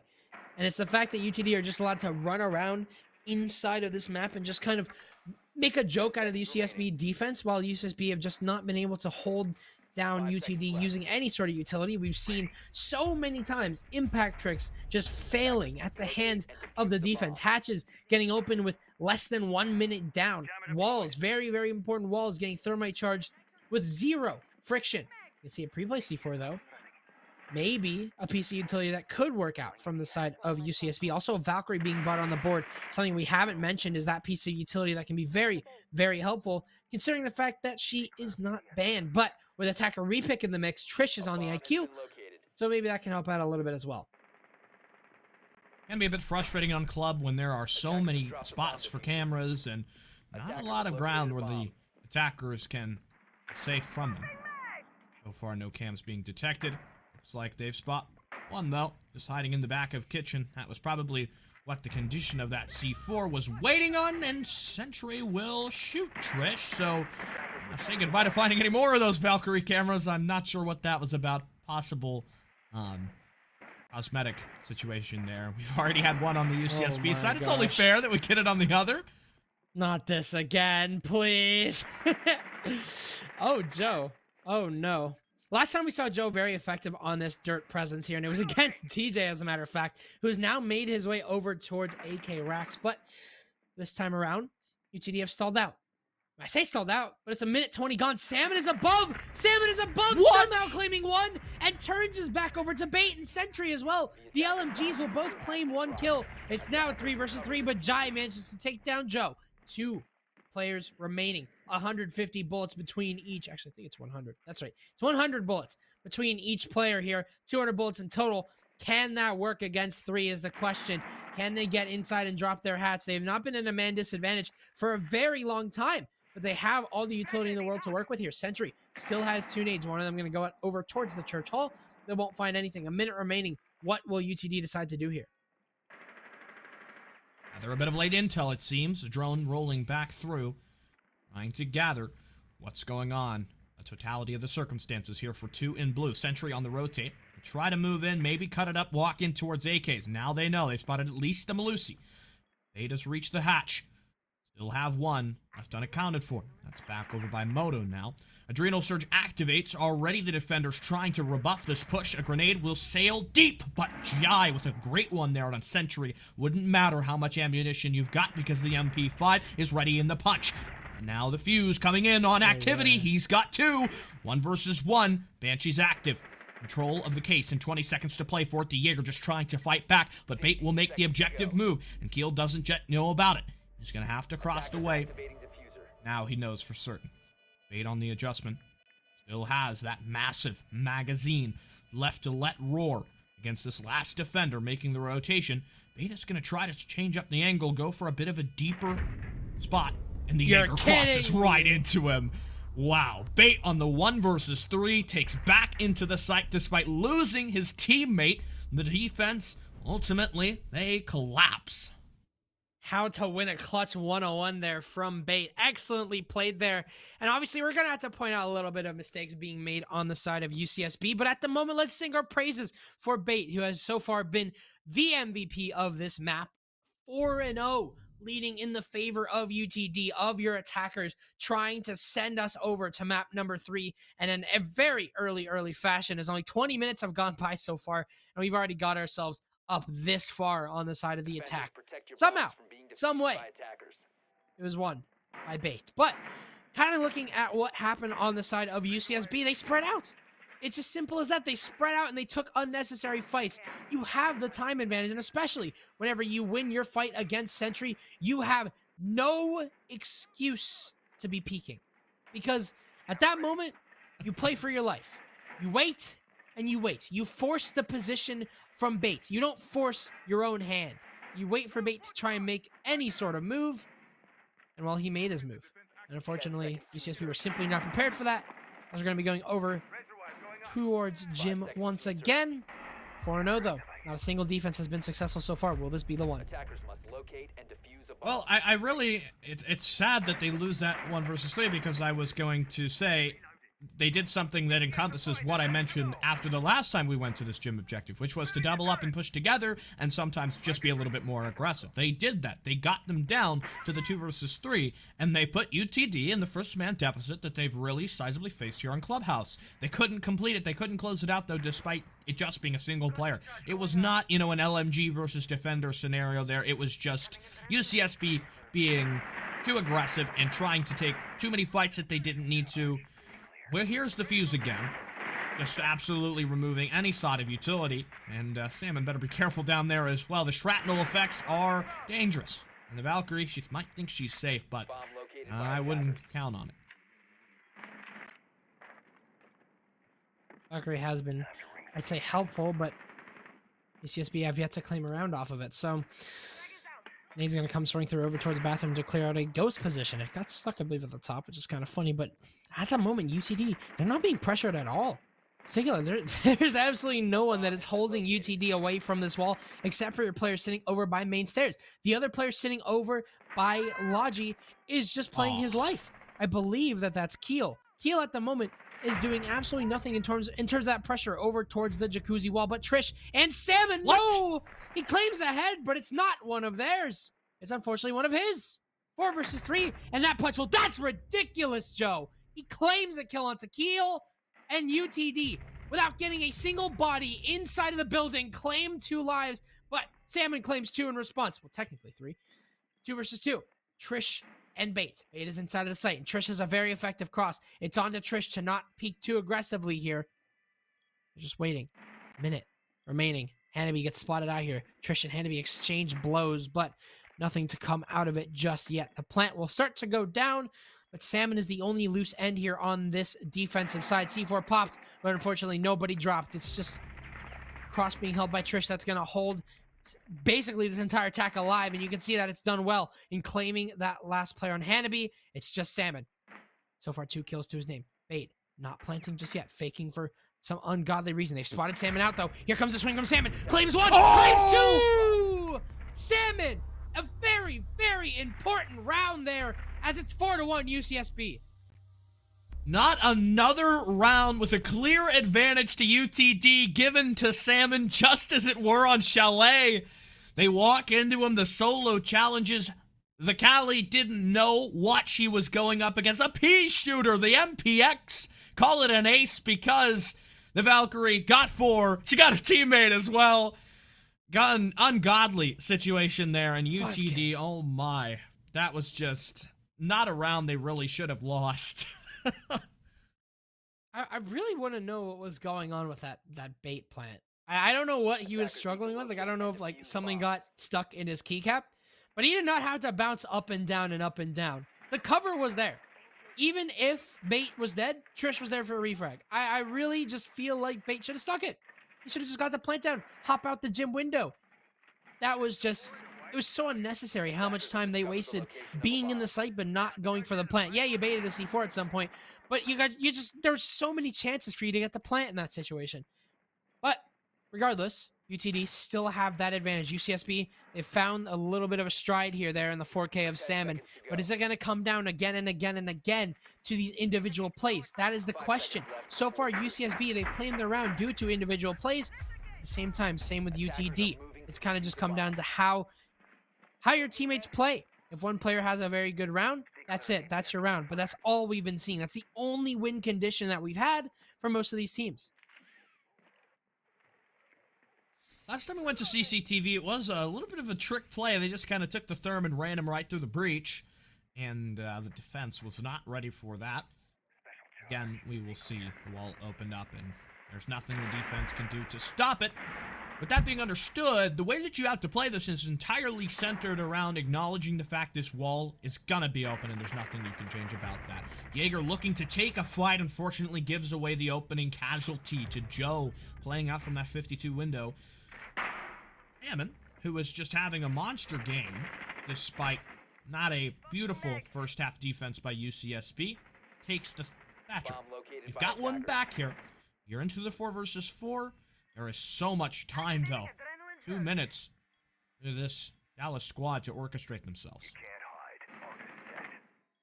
See, they made their way inside of construction, but that's about the only map control that they have.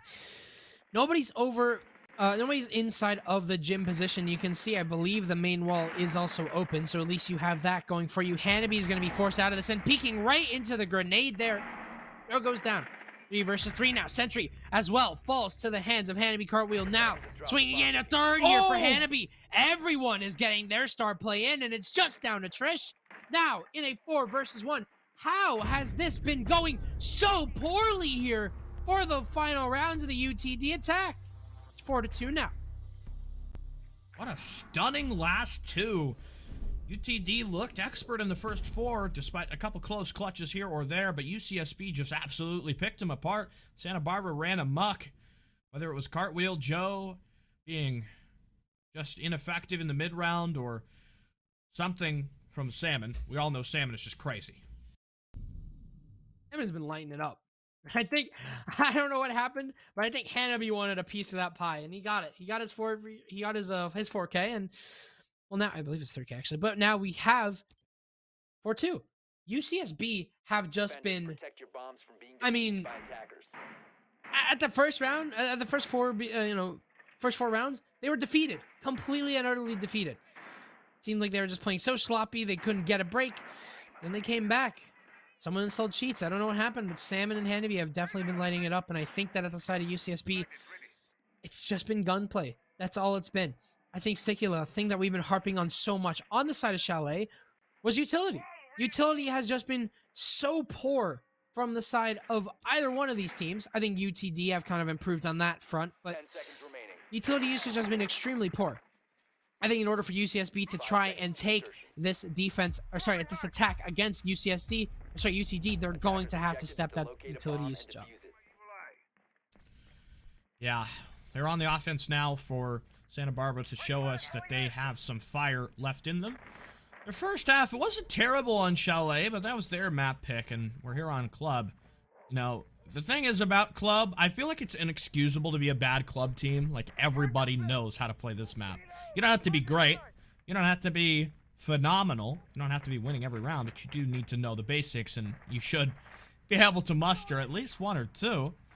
And if you can fight a little further than that, you can shut down what had been that advantage from UTD.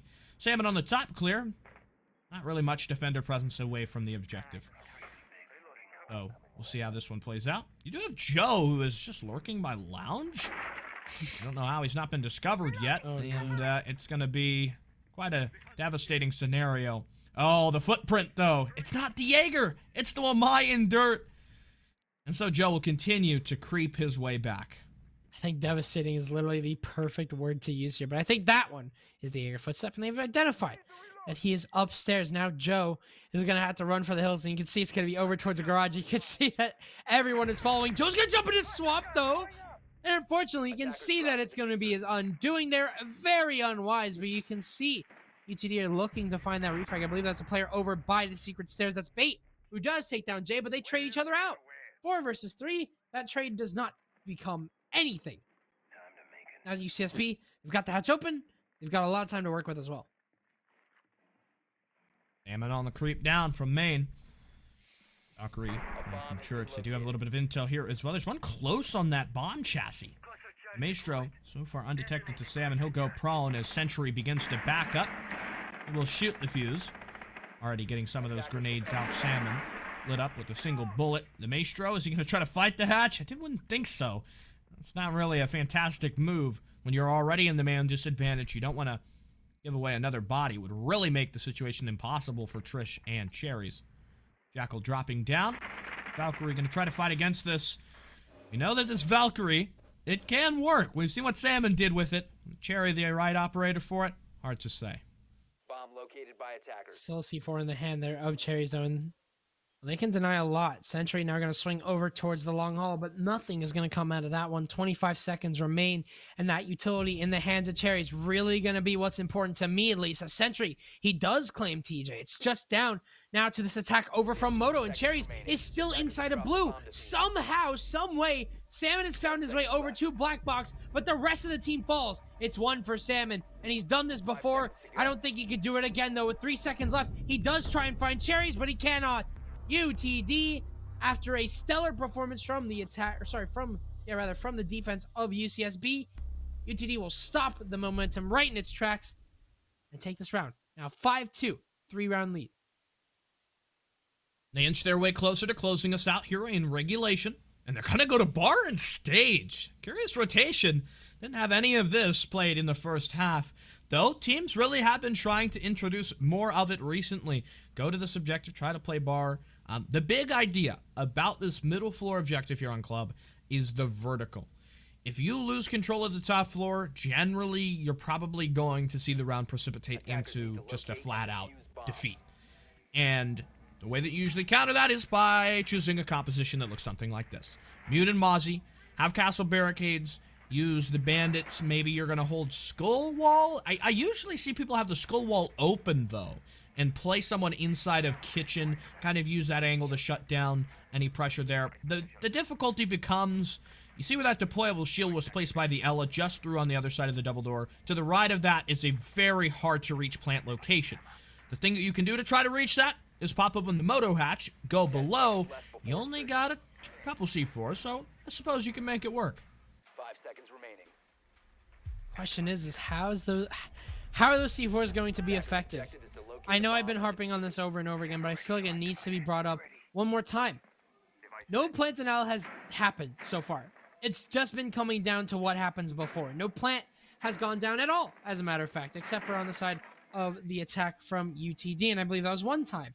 And that one time that it went down, well, we all know what happened. So now that we're on to this bar defense, which really takes into account your crossfires, it's the question of, is UTD going to hold this down effectively? You can see that they've locked themselves out of Lounge. So the only thing that's holding this holding this stage at all is going to be the players inside of it, and that shield on that double door. It's going to be really interesting to see what UTD can work with here, because their crossfires have been decently effective, but that's about it. Can they rely on those enough? And it's just sort of hiding. Playing to see if he might not get discovered. You got the Ella shotgun waiting on the stairs as well. Hard to push out that player. You got Bait maybe going to provide some assistance from the hatch as well. Get up on that billiards table, try to gain the extra height to watch that door. Things are pretty slow for UCSB. Waiting to get set up and not really making any sizable progress. Still lingering on the fringe here as they prepare to push through that master door. In comes two, immediately flattened by a wall of defenders, but Salmon on the trade, and now the bandit's gone. Top floor given over. Is there enough time left to reorient themselves? The Ella misses out on a crucial gunfight, giving the advantage back to that neutral state. 3 versus 3. It's all even now. We mentioned how the crossfires and the gunplay is going to become probably the decider for these rounds, and so far you can see how that is happening. Oh, Hanabi spots an opportunity, and we've seen so far whenever anyone spots an opportunity, they're just going to dive right for it. But really the question is what are UTD going to convert this into? Because at the moment their map pressure is, or at least against a bar attack, very minimal. The verticality that you have to work with is pretty spread out, so you kind of have to just begin chipping away from the horizontal layer rather than the vertical layer. And with 30 seconds left, so many castle barricades have against at the moment. Sentry's going to just kill Salmon off and drops the stage. So ill-advised is that drop.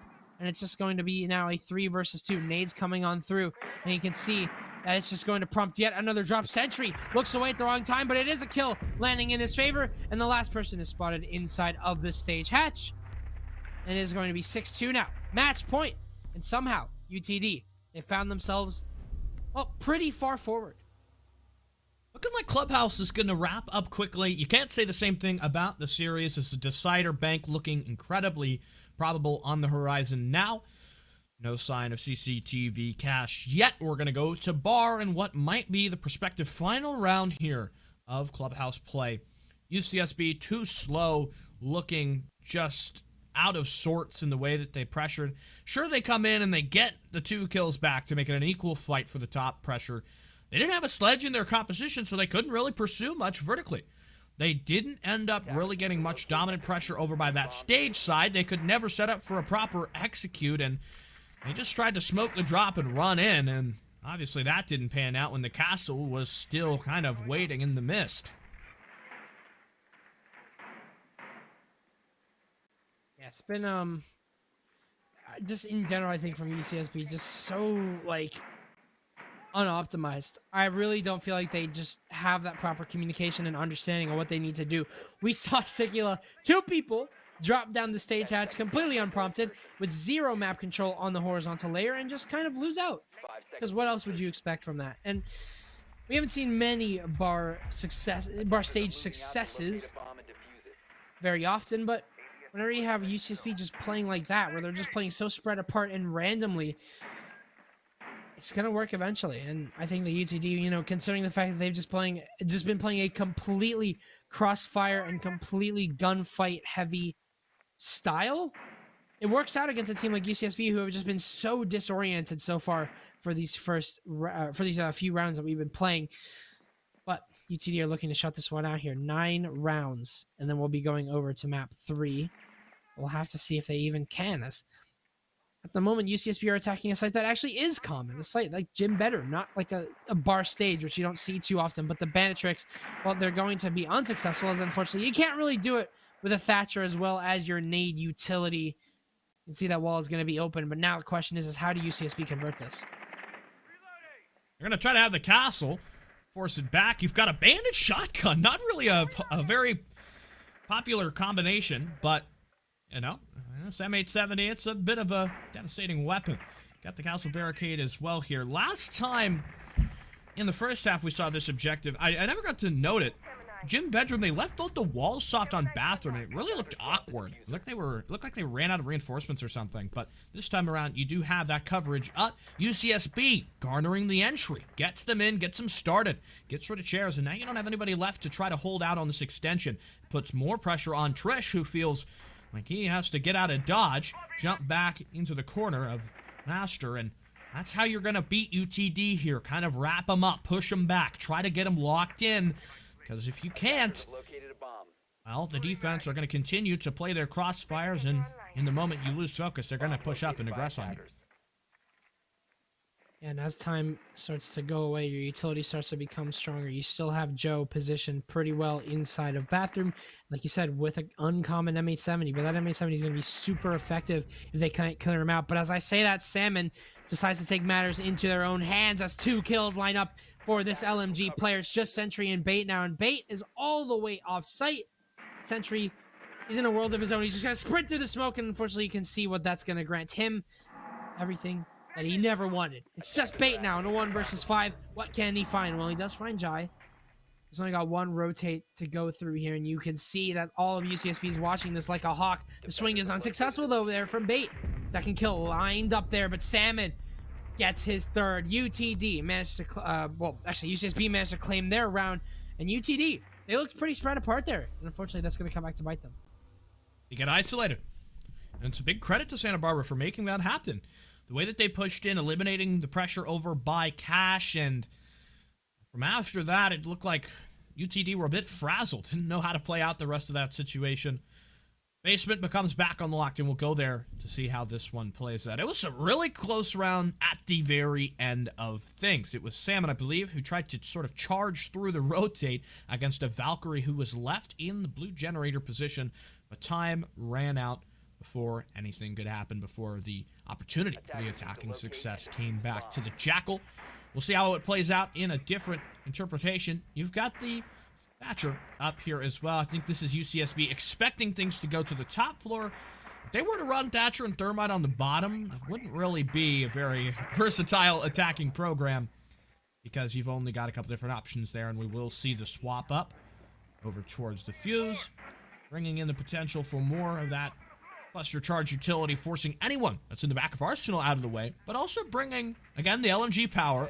That's the current meta we're in, with the opportunity to stack in a couple of the secondary breaching gadgets as well. And like you said, I mean, highlighting the Fuse, who has just been at least effective on the side of UTD for multiple reasons. LMGs are meta, like you mentioned. The hard breach charges are on the side of Teej, so you have a second option in case you need one, in case Hanabi finds themselves in a very unfortunate situation where they lose their life or you lose their utility. And then you have the power to just flush everyone out of Armory and get rid of those impact triggers. Now, it's not going to matter if UTD let our roamers flip through the cracks, and you can see that so far what we've been seeing from the defensive side is at least one player guaranteed to just lurk a little bit offsite, and that's going to be Salmon's job to clear them out. You can see they're over towards the CC area. They're right now The Jaeger and the Jackal are mere inches away from each other, whether they know it or not. Joe simply right underneath of this Jackal. But regardless of what UCSB decide to do, they cannot do it if they don't clear these rooms. You can see Jai is over inside of Lounge, and there's a player playing top secret stairs, and Joe will get drawn out from motorcycle. Salmon gonna vault this one and just decide to take the gunfight head on, but Bait claims Jai, and unfortunately Joe claims Salmon, so the roam clear is ineffective. And Stick, I was seeing a lack of drones there. A lack of proper coordination, just a muddy execute, a muddy clear on that roam, and they're going to feel the pressure from it. An attempt to stop the hard breaching from happening, and I believe they do get one of the hard breaching gadgets. Another cluster charge begins to go, and Sentry, what is he doing? Just sits right underneath where the cluster charges are going off. Could be an easy kill here. The Thermite will go in for the exothermic. Sentry still has more impacts remaining. Don't use another cluster charge. He just got one left. Could put this into effect. They don't have any hard breaching left. They messed up clearing that hatch. And now they've gotten one back. This situation could be brutal. Seems like it's all falling apart at the seams now. UCSB are just going to have to force themselves down through those angles that are just so undesirable, such as this dirt location. Sentry will be spotted out here in the corner and swing over by AK Rax. However, that one proves fruitless as it's just 3 versus 3 now. TJ got a position in secret here. I'm not sure if they've heard the barbed wire yet. Joe, however, claims a second kill. It's just Hanabi now, along with TJ, who does claim a kill, but is immediately put into the works here by the Jaeger. Sorry, by the Lamai, or the Valkyrie, rather. Third time's a charm. 2v2.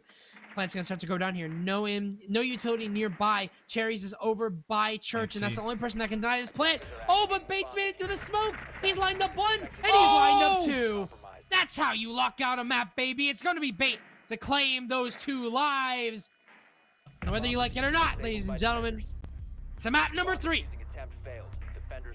Bank is on the horizon, and a pretty dominant showing on Clubhouse. UTD doing a lot of different things there. Some rushes on the attack. Their defense is really getting going, and Santa Barbara not having the same offensive power to match it, to push us into an overtime. So the score goes 7-3. We're looking forward to Bank to decide which of these 2 rosters is moving on. As a reminder, this is the Unified Collegiate Championship Wildcard qualifying tournament. You win here, you're still not quite locked in. The victor of this match, whoever prevails on Bank, will face the University of Illinois Chicago. We'll find out who that team is representing in our second round after we come back from the break.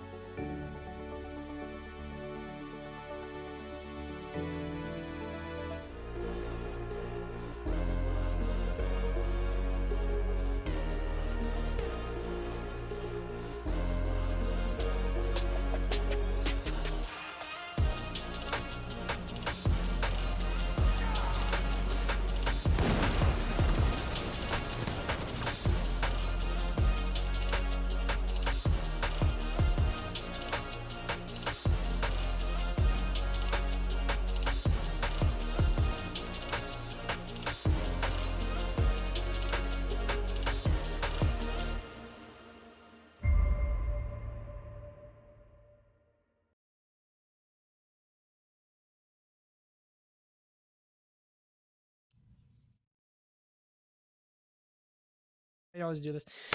One more map to go, Stick. It's not Collegiate. It's not Collegiate without a map 3. We're going over to Bank, and I'm super excited to see this because we've had such an even game so far. I think that both of these teams have had their gripes. They've had their own issues, and they have their own challenges. While both of these games have gone in regulation, they haven't gone without challenges. As we've got a 7-5 on Chalet, where they were back and forth, but a 7-3, basically dominated by UTD. How is UCSB going to respond?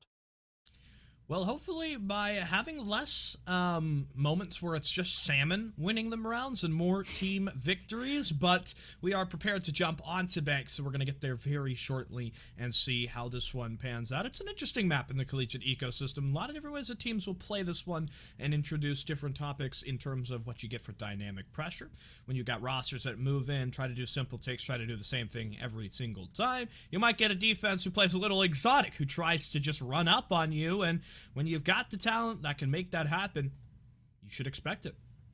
Yeah, and I think that Bank hasn't really changed all that much, has it, with the new rework? Even though some things have been edited, and I think some very good quality of life changes have been, adjusted, I still think Bank has a very similar playstyle to what we've seen earlier on whenever it was in Pro League, which was actually not too far away. But now that we have the 9-map map pool, a lot of teams are going to have to adjust to a brand new map pool. And I think that having Bank as kind of one of your newer maps, it can be a really good comfort pick because a lot of these teams have played this before, if they've even just played ranked a little bit. I mean, it's been a super influential map in the meta, and I think that a lot of teams will understand how to adjust and how to play this map, and I think that it makes it a very exciting map 3.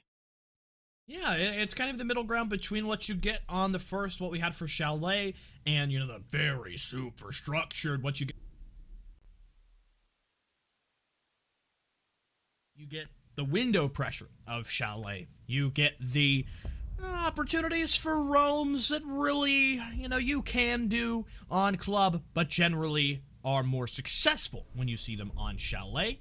And we're already here into round number 1 from the operator bans. Really nothing worth talking about. The Jackal was used, though, I feel like, by UCSB to a certain level on their attacks to try to speed things up, and it was successful sometimes, but not really always. Yeah, definitely a target ban there. And you talked about the roam and how it's pretty difficult to execute properly on the side of Clubhouse. Bank can be a different beast for attackers. You really have to watch out for your roam clear, and you have to hope that your cutoff drones are effective, because whenever you get a player loose upstairs that you don't know exactly where they are, it can be a very, very long time before you actually recover that information and understand where that player is. So we're going to be seeing an Oryx bot out here by Bait as well, and that makes me a little happy because I love Oryx. I remember there was a time and place where Oryx was kind of trying to be played like Jet in Valorant, where you can dash across doorways. That part of the game is kind of... Oh my god. Wow, that Valkyrie camera just got sent into Valkyrie camera hell. Holy crap. I don't think he's recovering that anything. He's not recovering that one. But regardless, Oryx can be very exciting because of the number of hatches on Bank and because of that aforementioned pressure that you can have from the room. Attackers are moving And out we're to going to locate a see bomb and all that and more, with Mozzie as well, making UCSB's life dramatically more difficult in having to clear things out here. They brought the fuse again. I think that's an operator we're going to get a lot more of, but honestly, on the basement, I'm not so certain how well it's going to help you. But given that you've got the Cade ban, again, there's nothing to stop those fuses from just blowing up utility under all different types of hatches. And attackers have located with the a current bomb. way the meta is in, bringing the fuse is not really something you get penalized for. You've got an LMG, you can get in, take those fights, you've got breaching capabilities as well. I almost wonder if maybe the fuse can kind of do too much. Yeah, definitely a lot to come out of that. But like you said, how effective is it going to be on this basement? You can see that Bait has been spotted here. That's one part of your puzzle and now gone. And he's locked himself away over in this vending machine corner. But he's got, I believe that's Joe the Human, to his right in order to assist him on this. Fuse charge is going to come on through here. And Cherries is going to lose a lot of HP. But at the same time, Salmon is inside of the site. He's made himself a pure entrance into the site, and he's got one down. He's locked down Gold nearly, though, as Sentry claims his life. It's just a 2 versus 3, and now a 1 versus 3, as it's Tej inside of the site. And 2 kills now go in the way of the attack. UTD somehow just get a hole completely punched into that defense. They just forfeited control of the map, and unfortunately UCSB found their way in.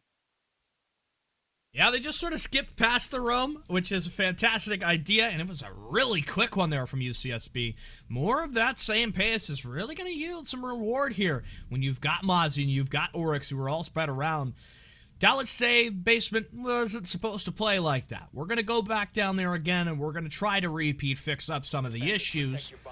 Maybe you need to bring, I don't know, barbed wire or a banshee or something to let you know when the attackers are hovering around the entrance, because the Finka, all she did was walk right in. There was no hesitancy, there was no waiting, there was no droning and waiting for something like that to happen. She just went in, full sent it, and UCSB found massive success because of that. It really just didn't seem like they had the lockdown on that defense, and unfortunately it's just going to, well, gift them around. And I think that UTD, they had the effective roam going on. They had 2 players upstairs, but they just didn't really consider the fact that, well, what if we just walk into the site? What if we just forego that presence and look towards server, which had absolutely 0 presence on the side of UTD, which is not very common whenever you go for a basement defense. You usually have a player positioned inside of server, and Bait is going to lose a little bit of HP there, but will get away over into cafeteria and apply a little bit more pressure. If Bait goes down early here, I mean, what do UTD really have to fall back on? Good point. You kind of have to keep yourself a little bit sparse here.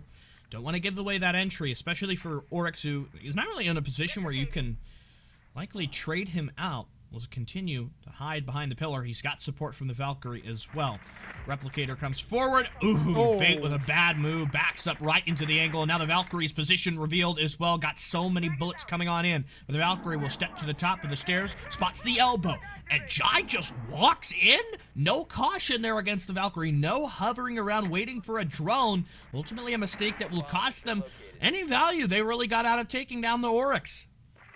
The drone work has just been so fundamentally flawed so far for this attack, and on a map like Bank, you just cannot allow that to happen. It's a massive map. You need to check every corner that you can. Fuse Charge is going to come on through the hatch and clear a lot of the utility that maybe UCSB were worried about. Salmon last time around was able to take this solo, but Sentry is doing a very good job of holding him through. But Salmon is just going to use the boost on his health to try and get through, but the cross is effective there from Trish. It was a nice strategy there. But what is the follow-up going to be at that point? While Salmon can take the site, what can you do as a response? It just doesn't seem like UCSB have thought that one out there. Keel will claim the kill onto Cherries, and now it's a 3 versus 3. Utility definitely ripe in the hands of UTD. They've got a C4. They've got some Molotovs to work with. Still some delay to have.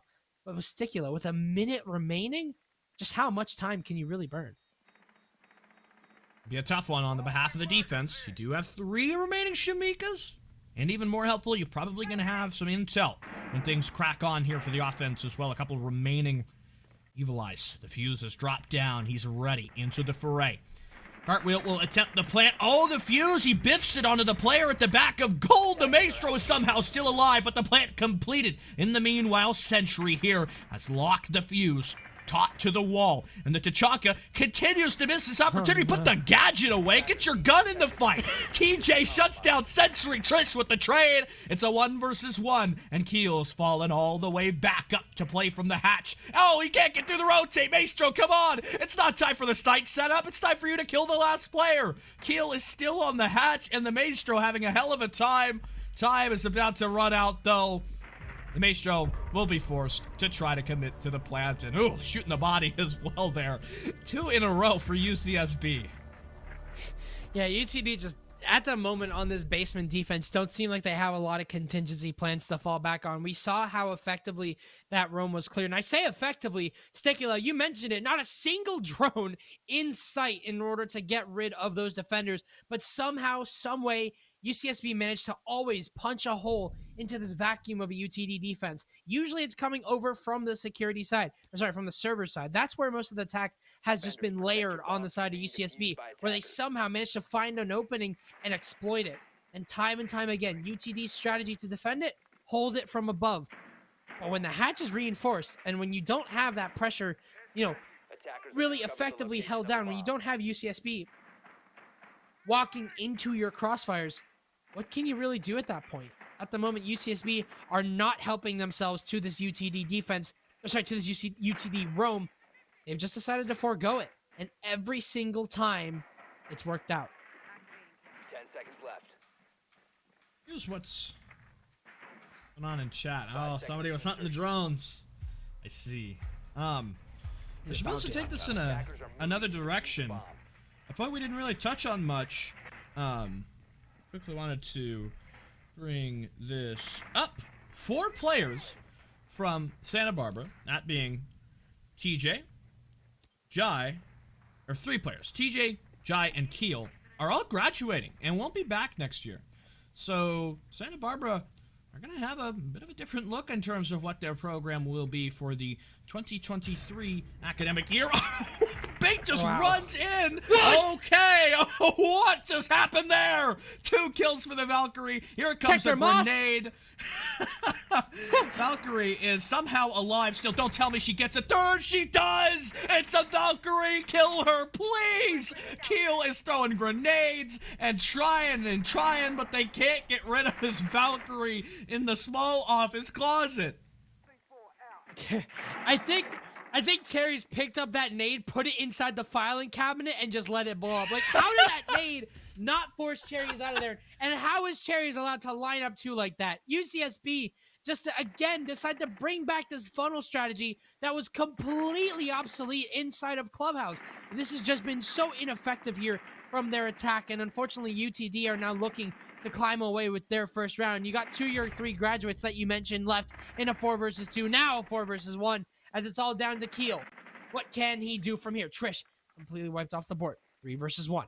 But only 21 bullets to work with per magazine. A very, very powerful weapon. But again, that ammo count certainly going to be painful here unless Keel can somehow find multiple 1v1 gunfights to take. You can see everyone is extremely low, including Keel. So anything goes. Keel will swing the wrong way, however, and gift that 4th kill to Cherries. Somehow, that round goes into the way of UTD off of a very, very fundamentally flawed attack there from UCSB.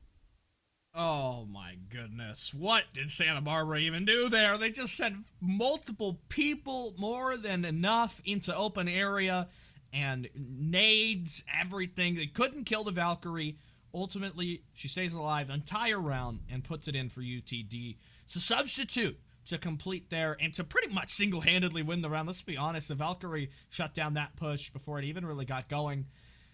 That's the first on the board in Dallas's column. Now they rotate. Now they go to play top floor, and we'll see how CEO works for them. And they've got the Goyo. They got the Pulse and Castle as well. The Pulse is what I'm more interested in. Is he going to play in Archives? Is he going to... Man, what is a Pulse going to do for you here on top floor? You know what, Sick? That's a really, really good question. Bomb located by attackers. You have 3 C4s. Something tells me that this is going to be an underneath hold. And at the moment, UCSB haven't been too keen to the whole, drone work thing. So maybe this underneath hold could be effective. I'm not too sure. You can see that Sentry's established himself downstairs. I mean, there's a lot of soft floors to come by here on the site. Usually by the square side is where attackers tend to execute. But again, I mean, what exactly do Dallas have to bring in terms of utility? So far, their utility game has been pretty poor. This will have to be a big adjustment from them. Got the TCSG from the Goyo as well. Kind of a curious way to swap up the Goyo when you don't have, your typical smoke in the lineup here. You still need to do site setup, and usually that role would fall to the Castle, given that he's got the Shorty. But it'll be Joe providing some assistance there as well. A little bit of a horizontal entrance perhaps coming to clash with the vertical hold that is this pressure below. Elsa's going to run in, and I doubt she's going to check the corner of Cafeteria where it looked there was a player. Nope, never mind. Century had fallen down into the basement. He's going to try to creep back against these 2 attackers. And the T-Bird has reached the apex of the stairs, but not yet making her move. The flank drones, any kind of drones, haven't really been too popular of an idea so far. And Sentry, I don't know what he's going to do. He's still playing below. He's already got a C4 sent out, so he won't be able to throw that up a hatch or something like that. Instead, he will creep for main pressure as UCSB. They're not all too preoccupied with what's going down in the basement. Salmon had the pre-aim. He does not have the kill, though. Once again, UCSB just constantly being pressured by the fact that they don't have any intel to work off, and you can see that's lined up 3 kills on the side of Dallas. And UCSB finally, this drone work, this miscalculation, this lack of information is starting to come back and bite the attack, but not just yet. Keel has lined up his kill onto Joe the Human and is somehow making his way down vending. Nobody is playing over by Kanto, and nobody's playing at the moment for that swing into conference room. Keel has free reign over that entire hallway. If he can make a play work here, he could quite easily recover this round, but the question is where is he going to choose to entry from? It seems like that is going to be Janitor. See, the castle's kind of split off here, playing his own holes over by the front office desk. 4 versus 2. Keel could possibly catch out a roamer as well, but no! He doesn't win the fight there against Sentry, who gets jabbed back. It's just Hanabi Cartwheel. 4 versus 1. Still my favorite name in the lobby, but what can they do? And there's a question. As all the C4s are gone here, expended on the side of UTD, all they need to do is play for crossfires, but you can see that there is a little bit of aggressive solo play happening on the side of this defense. Hanabi. 28 seconds left to act. Diffuser in his hands. But has not found anything just yet. There's the kill on the Sentry. Goes down. 20 seconds. I think those pings are on to Hanabi as well. They understand exactly where they are. And UTD will claim that round. Again, UCSB. Well, whenever Dallas decides to run a strategy that could possibly punish drone work like in underneath Rome, it ends up working out for them. Well, UTD will call for a pause, so who knows what they're going to be discussing in the meanwhile now. I'm hoping another player hasn't disconnected, because last thing we need is another rehost-laden map. We've already had plenty of that on Chalet so far. And,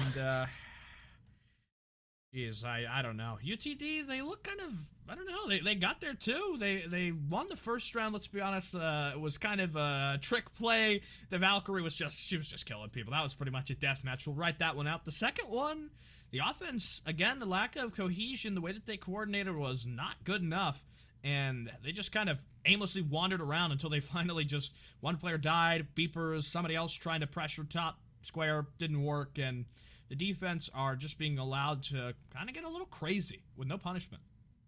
Yeah, I think a lot of that has just been happening on the side of UTD because of the simple fact that UCSB not only have been just kind of miscalculated in terms of their intel game, but at the same time, we've been seeing a lot of solo pushes on the side of the attack stick. I think a lot of times that we're spectating a player and they just die, it's because they're just going for a 1v1 engagement that they have absolutely no reason to take. Coupled with the fact that they don't understand what's going on around the map, because we haven't been seeing much of any drone work on the side of UCSB. And well, you have a horrible, horrible recipe for a horrible take cake, if you will. But regardless, we're going over to the defense, which has been we're going over to the basement defense, which has been very successful on the side of UCSB. Can they once again find their way into the server room and just punch a hole in the defense of UTD? Or will UTD finally have a plan for that? They better not, because if they do, I'm going to be really frustrated. The attackers have just, on that bottom floor, it just, like, played until they're like, nope, we're going in. We're just going to run forward, and that's going to be that. Got 2 players coming in on a main entrance, though. The Iana and the Finka. Looking to maybe entry, cut up what could be any sort of Rome presence. You do have Joe, top of marble. The attackers are pretty careful with how they choose to do things here. And finally, a good sign is UCSB doing some solid drone work. Yeah, and it's definitely going to benefit them here, as you can see. But at the same time, if that flank drone isn't being watched, Joe's basically going to be able to get away scot-free, you can see, with his life. Now it seems like Cherries hears something. I think they understand that this is going to be a vault take, and we haven't seen that so far on the side of UCSB, and the reason why you don't see that a lot is that it's a pretty funnel strategy, but so far UCSB have been favoring towards those strategies, so this could be effective for them. Now the question is what are they going to do over towards this vault presence? Are they going to decide to walk down the marble stairs? Are they going to decide to drop the elevator hatch? There's a lot of options to take here, but a lot of that revolves around your marble hatch, and there's a drop from Salmon. But it's just so ill-advised. Again, what are these nonsensical drops that we're seeing on the side of UCSB, sacrificing your life for nothing, only an ounce of control that doesn't even go your way? Joe has got a position here inside of marble stairs, but that's a solid clear from UCSB. Well, finally, they've dealt with that roaming threat, and Namazi does not get to take one with him. 3 versus 4. Yana is inside the vault. She's made her way through. Trying to see if she might be able to chop up one of these players in lockers. No barricade to cover this window. The Valkyrie about to be exposed right now by the Iana, and tack on 1 for TJ as well. Cherries is playing so passive. So is the Iana too. Finally, Keel will step forward. There's the Valkyrie. There's your entrance. You've got a path forward into the B site. Iana's not the one who's got the bomb, though. That's Cartwheel, who is still making his way on over. Finally, the plant will begin, and Bait has mustered through. They're going to try to come back on this coverage player, 2 versus 1, but in the meanwhile, the bomb has been completed. Keel goes down. Only 1 player left. It's Cartwheel, who's tucked into this corner. Can't make it out alive. UTD win another, and they finally close down on the basement objective. That attack just really seemed all over the place there from UCSB. I understand that they wanted to switch it up and go for that vault attack, but a reason why their attack over by server has just been working out so effectively is that because it's the only time we've even seen an ounce of coordination from them. We've seen players sitting over by the small office hatch and players sitting over by server. And we've seen effective executes, using utility wisely and getting crossfires established. That time around, we saw unnecessary drops. We saw players dying to extreme roams that they just shouldn't be dying to. We see players, again, we see players with lack of intel, refusing to drone, refusing to clear out players with a drone before they face check, losing lives early and for no reason. But regardless, it was still close there from UCSB. Still signs of life from this attack, but UTD are starting to mount this pressure right back on top of them. Now 3-2, UTD's favor. Works is back. Again, we'll play that very loose roam strategy, where UTD are just going to try to run around the map and see if they can pick up their 4th. On UCSB's side, California Santa Barbara had brought in Flores, an operator we haven't seen since he was played earlier on Chalet, which feels like forever ago, because it was forever ago. And 10 seconds remaining. bringing those Roteros onto Archives Tellers. When you're playing upstairs, you've got those Roteros. Now the defender kind of has to shuffle around. He's not going to have so many playable positions because you got those Roteros that are moving you around. And if you can gain control of the top floor as well, I think that's where the value really will come. Yeah, I think historically as well, the Flores drones have also just been really good at clearing utility. And I think they've been more effective than like the nades and the ADS burns. Yeah, I mean, if you're talking about nades, so you kind of had a couple moments earlier, which made me not want to see any more nades from these squads. It's been scary. I don't know. I think it's, you know, for me and you maybe, Stick, it's basic to see. You just watch it from above. It's like, oh no, you goofed, you missed a nade. How would you do that? But you know, it could be a difficulty. Wow, Jai just, I'm sorry, but Jai was just playing to die. That was a bit of a aggressive jump, and well, you can see it's been gifted handily to him an aggressive reward. It's your sledge as well, which is just not a casualty that you can really afford to suffer. Okay, the Valkyrie's just shooting through the floor. Salmon has traded out the earlier death, and Bait just gets snapped up there by Keel. Salmon putting in another one. So losing the sledge early is not seeming like as much of a punishment right now when you've got 3 kills back, and your Castle and your Valkyrie, not really the most stout defense left to hold, but those players have been pretty much holding on and delivering the majority of the blows here. Trish trying to anchor the Archives area, where Chair just links on the edge of Tellers. Time is plentiful for UCSB. The resources are really good right now. You've got full hard breaching capabilities. There's not going to be a huge number of areas for this Valkyrie to play in. TJ will send in a Tarot drone, however, running out of time before he can really make it anywhere.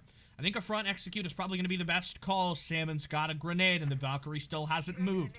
If the intel is good, this should be a sure thing. The grenade, not on the target, though. I think the Valk is still unknown. The Castle trying for an angle, but missing a crucial kill opportunity.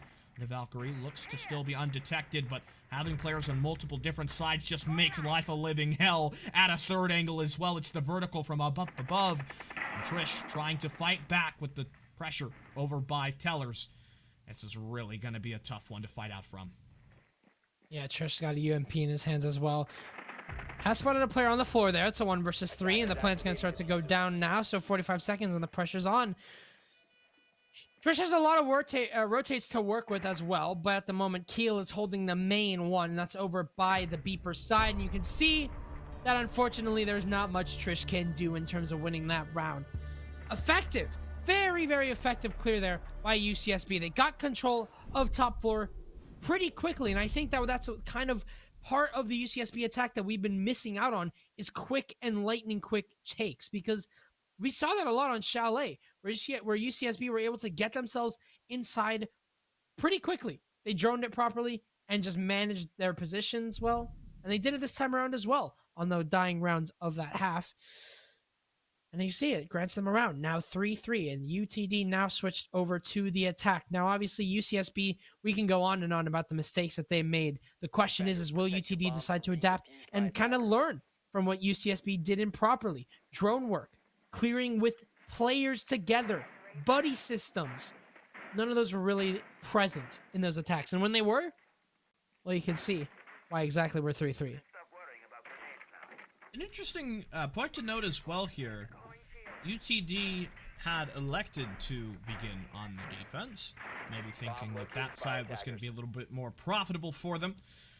Offense, it's been, honestly, kind of an equal game tonight. We haven't had any huge advantages towards either side. The one thing that does kind of come back to me is the main point that sticks out from that was UTD's attacks on Chalet, where they just could not win any site other than Master. And then eventually they did lose the Master attack, and that was the end of Chalet. That was what stopped them from producing overtime. So, is it looking good for UTD? Comparatively, I would say hard to place a guess there, but we know that their Chalet did lack, in some elements, dynamic pressure, and it was, in some moments, kind of lacking coordination. It was a little random. If they get that under control and do the same thing we just saw, allow UCSB to move on, really play quick sometimes, there should be a fair half for them left in this. For sure, both these teams have some sort of chance to win this one, and I think that it'll kind of just come down to individual plays, as it has been on Clubhouse and Chalet. There's really no way around it, unfortunately. It's just been coming down to if that one player can really, really show up. It's not too common of a play style nowadays. You'll see it once in a while in Pro League where a player just turns up and that's how you win a game, but that style gets old really, really quickly. I think that, we're going to be seeing that out of this bank game. Whoever just gets adapted on quicker is going to meet their demise. And at the moment, bait. Oh, you're kidding. They haven't droned open at exactly. Salmon is safe right now. I think he's going to be droned out here, though. They'll understand that he's right there. And, well, Salmon has options to leave. The question is how much time is he going to waste while doing it? Oh, my goodness. Well, not a second, Stick. Not a second. As a shot through the wall goes. Sentry 2 kills as Jai falls down as well. Server control handed over to the attackers. Well, that is a dominant way to get going for Century, just blasting one through the wall and roaring right into top blue to make it a second. Now the Jaeger, almost kind of trapped here in the back of the server room, is rotation cover. The grenade picked up by the ADS, and TJ still fighting hard here, eliminating the low HP Sledge, but somebody will immediately move to take his place, and you've got the Therm still watching up above. Here come more ADS, but there's going to be that ability to stop it here. And you're going to need to get somebody that can try to counter off the back of this. Jaeger is playing in such a tight spot. More flashbangs continue to go, but the ADS is all reactivating. This time around, the flash a little too wide for the range of that active defense system. And so Bait scores one, but instantly a trade. UCSB are still fighting. I got a smoke as well alive, but unfortunately that smoke is not going to clip onto Bait. He can get this plant down, and that one's going to go far as well, but that will catch him out, but it's not going to matter. The plant should go down in time. He's got it, but he will live with only 1 HP left. Heal. He's going to just try and make any sort of play happen because that's about your only options that you have. Hanabi's looking to retake up top, but Stick, nobody's on the hatch. There's no one on small office. This is a waste of time. It's a red herring. Keel is now left in a 1 versus 3, essentially, to try and fight the players inside of sight. What a waste of time that was. 20 seconds left. The plant goes down. and you've only got 10 seconds to defuse. Can they do it? Hanabi's on it, but Bane is just going to swing. He's got 1 HP, but he gets the down. And with only 3 seconds left, you can see Keel is unable to win the round. It'll be UTD to claim that one off of a pretty effective and honestly really well-coordinated drone and really well-coordinated clear. An explosive offensive first showing there by UT Dallas. They come in, they just roar to life, and what a kill that was for the player at the top of the blue stairs. Sentry just whipping him right through the wall. I don't know if that was intel or if that was just a sort of unlucky pre-fire, or Sentry knew, here's the double door, here's my opportunity. And the Oryx was running right through the bullets. UTD have the first on the offense. Let's see if it comes to a second, or if immediately we get UC Santa Barbara fighting back against that. It'll be the top pressure, electing not to repeat the basement side as it were in the first half. Yeah, and top floor can be pretty tricky here, so we'll have to see what UCSB can do. And if I'm remembering correctly, it was UTD who were pretty effective whenever... Oh, you know what? I was going to say it was effective on Chalet windows. That was Jai. You don't jump Jai on a window, but I think that those windows are going to be a big influence. And I think that UCSB, they've shown time and time again that they're not afraid to make an aggressive play to try and force a player outside of windows. Now, whether that is a curse or a blessing is what will be determined in these next few rounds, but this fight can be really difficult, especially if you don't establish your crossfires effectively enough. And again, Stick, the name of the game so far, and something that we've just been lacking from both these teams, how the utility is going to be managed. There has been moments where utility just disappears because players jump in and get first picked. There has been several shocking situations where utility is just poorly mismanaged. I mean, you even take that last round as an example. You can kind of apply it there. Flashbang after flashbang sent in almost, I think, 6 total. They just let the ADSs reactivate. And you do need to kind of acknowledge that, okay, we need to talk about when this utility is coming forward. Your hard breacher is the first one to be felled. Luckily, you have another. Is somebody just going to rappel down the skylight? That's interesting for the 0. But now you've lost the Thermite. And Cherry's being a substitute. He has had a pretty all-right day. He's been doing his job and has found a lot of success in doing so. And obviously, all you've got left is Ace, who, while effective, doesn't make as big of a hole there to control and to contest the map with. This is unreal. Your diffuser of all people decides to upside down rappel on the skylight, and whether they know it or not, UCSB have the round in the palm of their hands. I'm flabbergasted. I'm kerfuffled. I'm every single pronoun. I'm every single synonym in the dictionary there, or the thesaurus rather. Oh boy. That's not a way to get going. Okay, but Bait somehow just be able to slip in and find his way forward. It looked like they were kind of prepping a little bit of a below take. Sentry with the nade up above. This could be good. Bounces. No, not really much damage done to Keel. Salmon peels off Bait, and meanwhile Joe starting to jump forward, not predicting the bandit behind the couch or having the intel to make that acknowledgement. Sentry files back 1. The bandit on low HP here win the fight against the German, and all of a sudden you've got potential situation. Oh, the Wamai, though. And so now the bandit testing his capabilities, testing his swing. 1 versus 2. Sentry, don't count him out yet. This is very realistically possible after such a flat-out fail to drop the bomb earlier down the skylight. But time beginning to run a little slim for Sentry, and he's still taking damage. His opportunities running a little slim. There goes the bandit. Sentry, it starts to become possible here, too. You believe as he steps forward, and they've got the Z-ping. They know it is! Sentry through the wall! What are you doing? Are you kidding me? Dude is just a cannon right now. That is the second time I have seen this man just bang someone through the wall. Holy smokes. I don't know what to say. It's like the bowling ball gif. You know which one I'm talking about. You know if you know. I'm sorry if you do. How has he hit so many wall bangs like this? It's unreal to me, the clutch potential that you have on the side of Dallas. It's been working out so many times here, and somehow every single time UTD attack, they have a contingency. Something that we harped on earlier was the fact they didn't. Back and forth these teams went without having a backup plan. Somehow UTD managed to crawl away with that one, and you can see how unsuccessful it was. Santa Barbara are forced to go back upstairs here. That's the only say that they can really work with here feasibly, because they had that stick. They had that in the palm of their hand like the power of the sun. What can they possibly do now there? That right there is the stuff of nightmares of your UCSB. A clutch like that could send your entire team into disarray. And if your entire team's in disarray, well, you get eliminated from this tournament because, well, it's only single elimination. UCSB are now fighting for survival after that last round. The chances of UTD being the team that moves on to face Illinois Chicago is looking even more possible with how this one has just finished out there. A crucial round to lose, leaving you in disarray, probably devastating your mental, because that was a round that should have tied the game. Instead, it stepped the advantage higher for UT Dallas. And just what a miraculous throw. That'll be a highlight. Surely that makes it into our wildcard recap right there.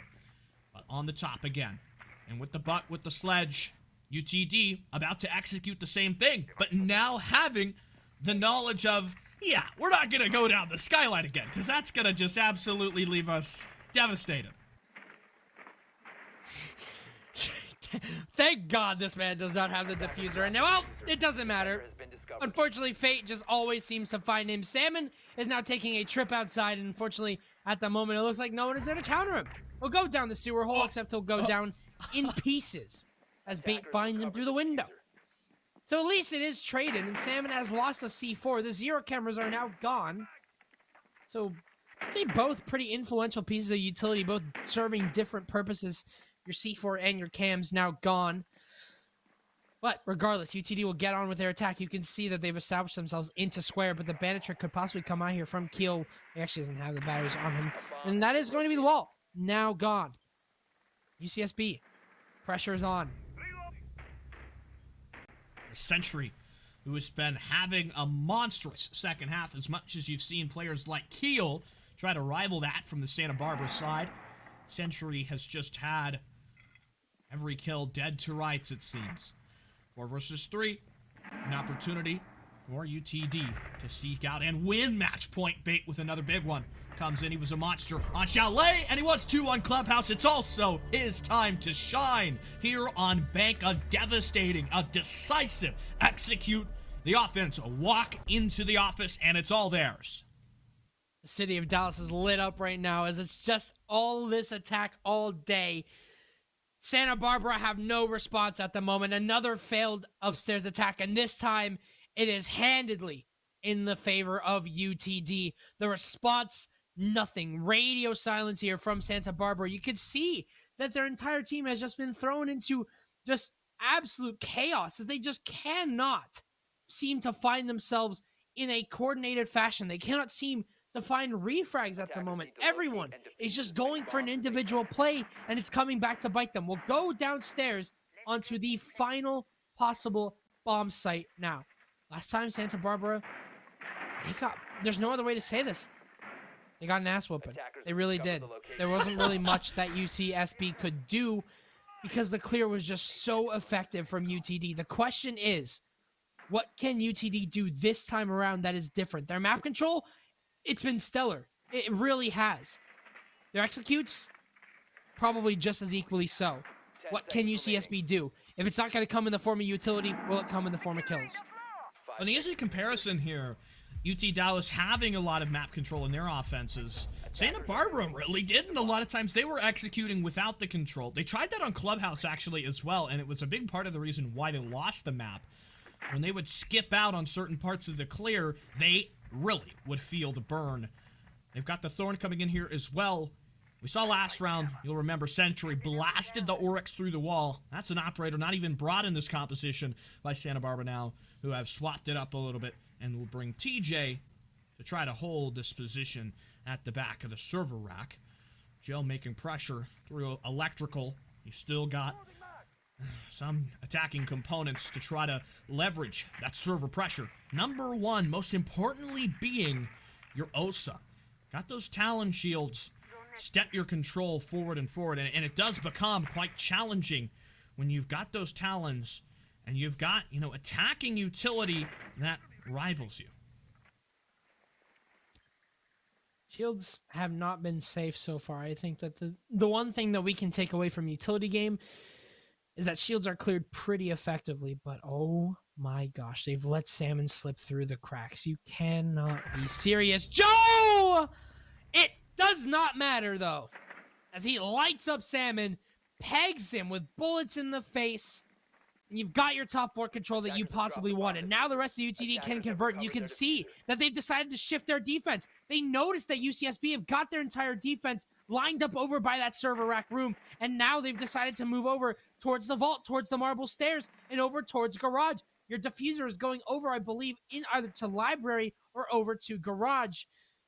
Now, what do UCSB have as a response? They're going to be spread out pretty hard now as UTD start to get their attack ready. A minute remaining, and I think that this has been noticed. The reset here from your attacking side has been understood, but do they know that bait is lurking right around the corner here? Hanabi is the only player holding over by these marble stairs, but Tej shuts down the lone player, the lone lurker sitting over by the server stairs. 49 seconds, and this execute's going to be a hot one.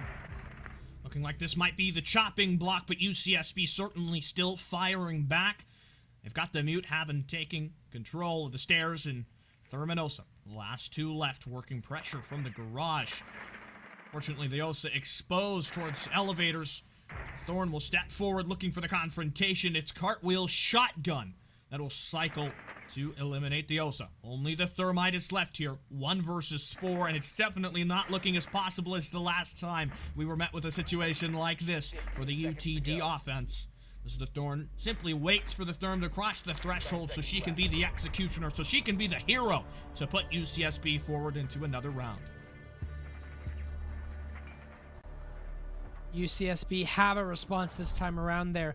Unfortunately, the rotate by UTD was ill-advised because, well, in terms of the utility that they needed, in terms of the hatch that they needed to get open, they really didn't have a lot going for them. They didn't really have the vault hatch open. They didn't have the elevator hatch. It was just a funnel in through the marble stairs and garage door. Now, Stick, we've seen this one before, haven't we? We've seen a lot of funnel strategies come out from both of these teams, and I think it's to be expected that in a map and in a game that has just been so gunfight-oriented, you can't really get away with funneling in through one doorway or going for a take that was kind of lousy where you don't get any hatches open. You're going to need a little bit of a switch up there. You're going to need the best of both worlds here. You're going to need, good hatch and utility control while also having those effective gunfights. Lose one and you lose the round. So now we will be going on to a site that hasn't been present so far this game. Going over to the open area cafeteria. Now the question is do UTD decide to take this the long way where they go over from archives, open up the wall, and basically, make sure that they don't funnel in through one doorway? 5 seconds remaining. Or do they go through the multitude of funnels that you have presented to yourself? Do you go through the open hatches above? Do you go through the windows? Do you go through cafeteria? There's a lot of options that present themselves. Yeah, you could also take the shortcut and just rush into the site, but we're not going to see that done by UTD, even though as exciting as it certainly would be. Century looking to him as another player who might just decide things are going a little long and finish us up for the day. Okay. No! The Observer Bad has days. decided that things are done. That's a round we don't want to miss. Oh, good heavens. Good I heavens. hope we can reconnect, because if we can't and they win, that's just going to be devastating. Oh, no. Stack, what has happened? I don't want to miss this game. We've come so far. I want to see the end. I want to see this conclusion. It's been a long day, Stick. We've been here for 3 hours and 20 minutes, in case you haven't actually known. And we won't be able to see possibly the last round. God bless Ubisoft. And God bless Wi-Fi. Whatever. It's okay. If we do want to try and discuss what has been happening so far these past few rounds, definitely has been a lot of kind of, I think you said it best. Sentry can basically decide how this round goes. Sentry can decide if this round ends or if it doesn't. And I think that that's been applying to a lot of players between these two teams. And, whatever's going on inside of the lobby right now is probably being decided by an individual player. Yeah. And whether it's been Century or Bait, I mean, UTD have had standout performance today, and Salmon on the other side for Santa Barbara as well. He has had some shining moments, but I just feel like UTD have kind of played a cleaner game, and mostly in the context of the offense, right? They've kind of coordinated a little better. They haven't really jumped the gun as many times as we've seen, for UCSB, and, we know that things could be decided here and now. We're fighting. We're trying to get back into this match as quick as we can, because we're going to have to reconnect. We're going to have to see how things do end out here. But I don't know. I don't know if I would predict UCSB to fight back and to continue to make a comeback when we've seen from them not enough proof that they are really a capable bank team. Yeah, and I think that it's just been kind of the issues that we saw presented slightly on Chalet and a lot on Clubhouse really start to rear their ugly head. I mean, the lack of coordination, the lack of drone work, it's really been a tough one. And I think it's been a thorn in the side of UCSB, and they've come this close to being able to lock this one out. But who knows? Maybe it is 6-5 right now. Maybe we are just one round away from overtime. Unfortunately, we don't have that result at the moment. So we'll just have to wait and see. And it's very unfortunate that we've come to this position, but there's only so much we can do. We're all humans. But if it is to be a UTD win, I do think that UCSB can walk away from this one and just go, you know what? We tried. We did. I understand 3 of their players are graduating, but you tried your best and you got pretty far. Not a lot of teams come this far. So rounds off to them. And I think if UTD make it, they've got a formidable opponent ahead of them. I think that they made enough, they made also a formidable opponent out of themselves. Well, we are reconnecting. We're trying to get back in as fast as possible to see what has happened. Oh, they've rehosted. Okay, so I guess they didn't want us to miss it. But we're going to go to a break. We're going to get this rehost sorted out, and we'll be back for the finisher here on the Map of Bank.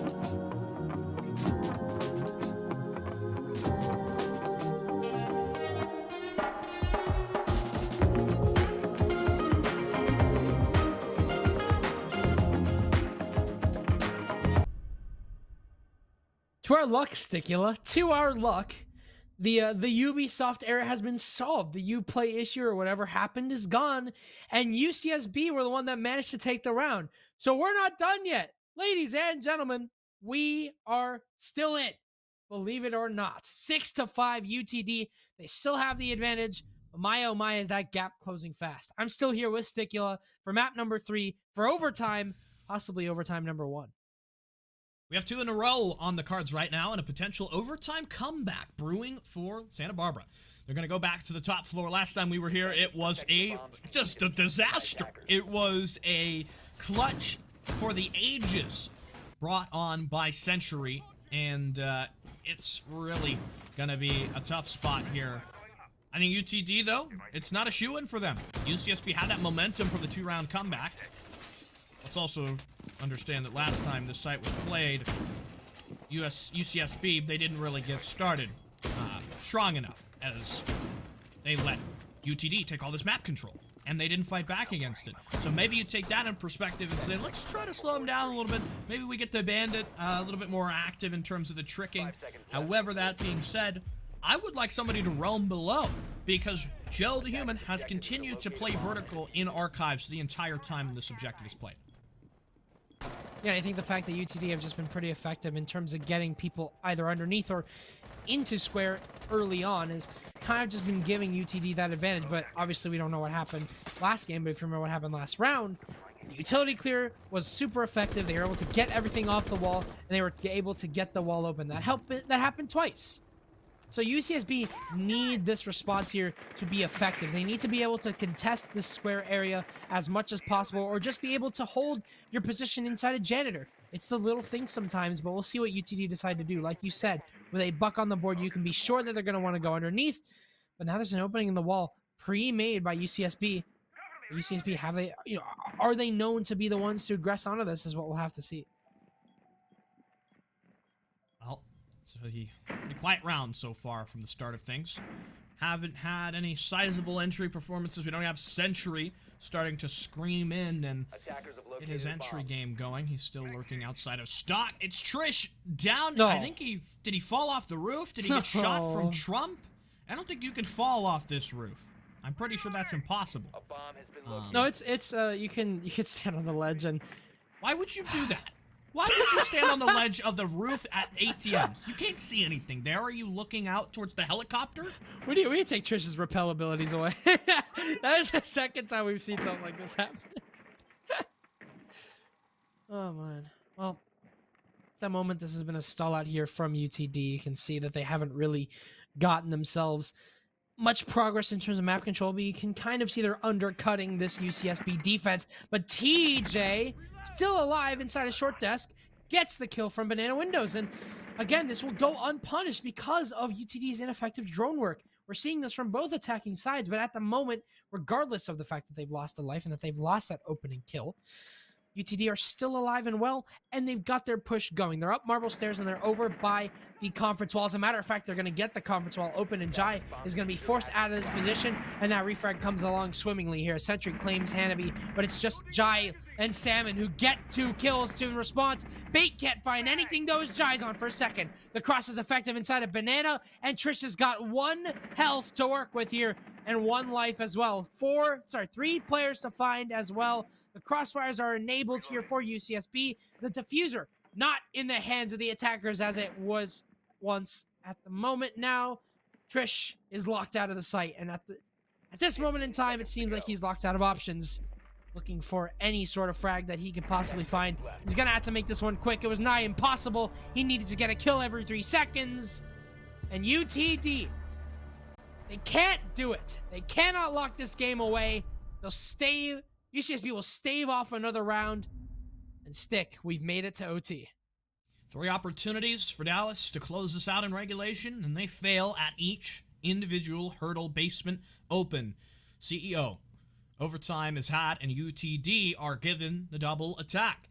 They're going to have to close this one out offensively. They need one of these attacking rounds, and they played pretty well the first 3 attacks, and then they just dropped the ball the last 3 attacks. On their defensive side, they played expert. The first 4 defenses, the last 2 look like a total crapshoot. So what is going on for the second half of a first half, or any half, that UTD can't close it out? I mean, it doesn't make any sense. It's been a tough one, and unfortunately, we haven't actually seen the round that played out on this site, but assuming that UCSB obviously won it, they're going to want to go back to this again. Now, early on, what kind of happened was it looked like UTD were gearing towards a top 4 clear, and you kind of mentioned how there is a short way and a long way into this, and they wanted to take the long way, which is to go for that full clear and to get rid of your players above. But at the moment, the question is how are they going to do this, considering the amount of C4s that are brought in the hands of UCSB? That's what I'll have to wonder. 3 C4s now, as the game is dead, and it just seems like the site is cursed. The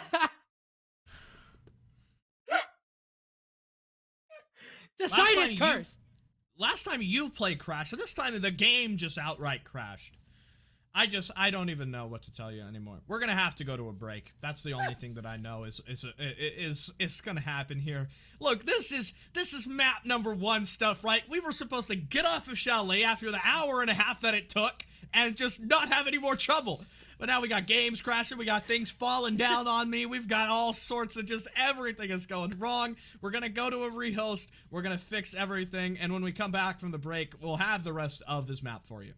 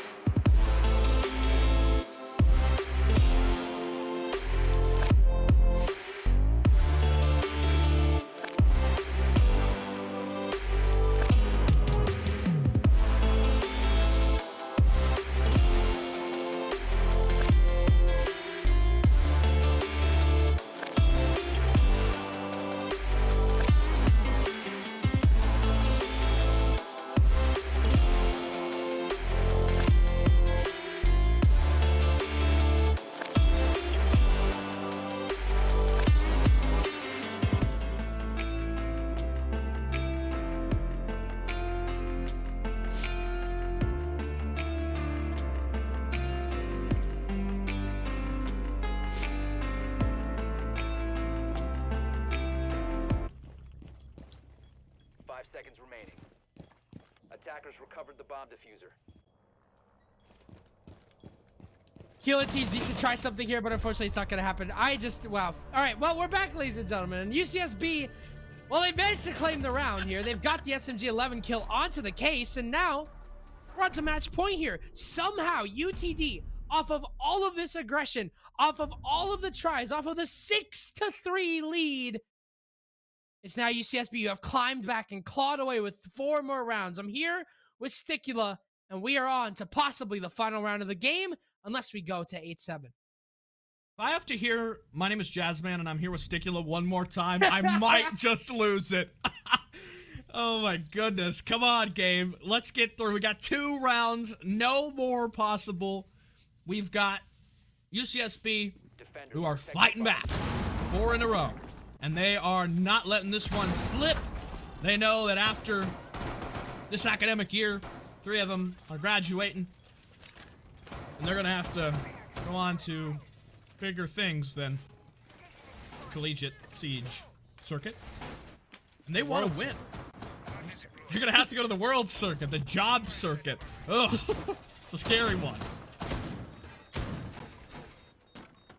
Yeah, well, we've got either one more round to do it, or just continue their run to see if they can make this senior year count, or will they be shut down at the hands of UTD? We've come a very long way, ladies and gentlemen, and I don't know how this one's gonna end, because honestly, both these teams have been battling an absolutely grueling war.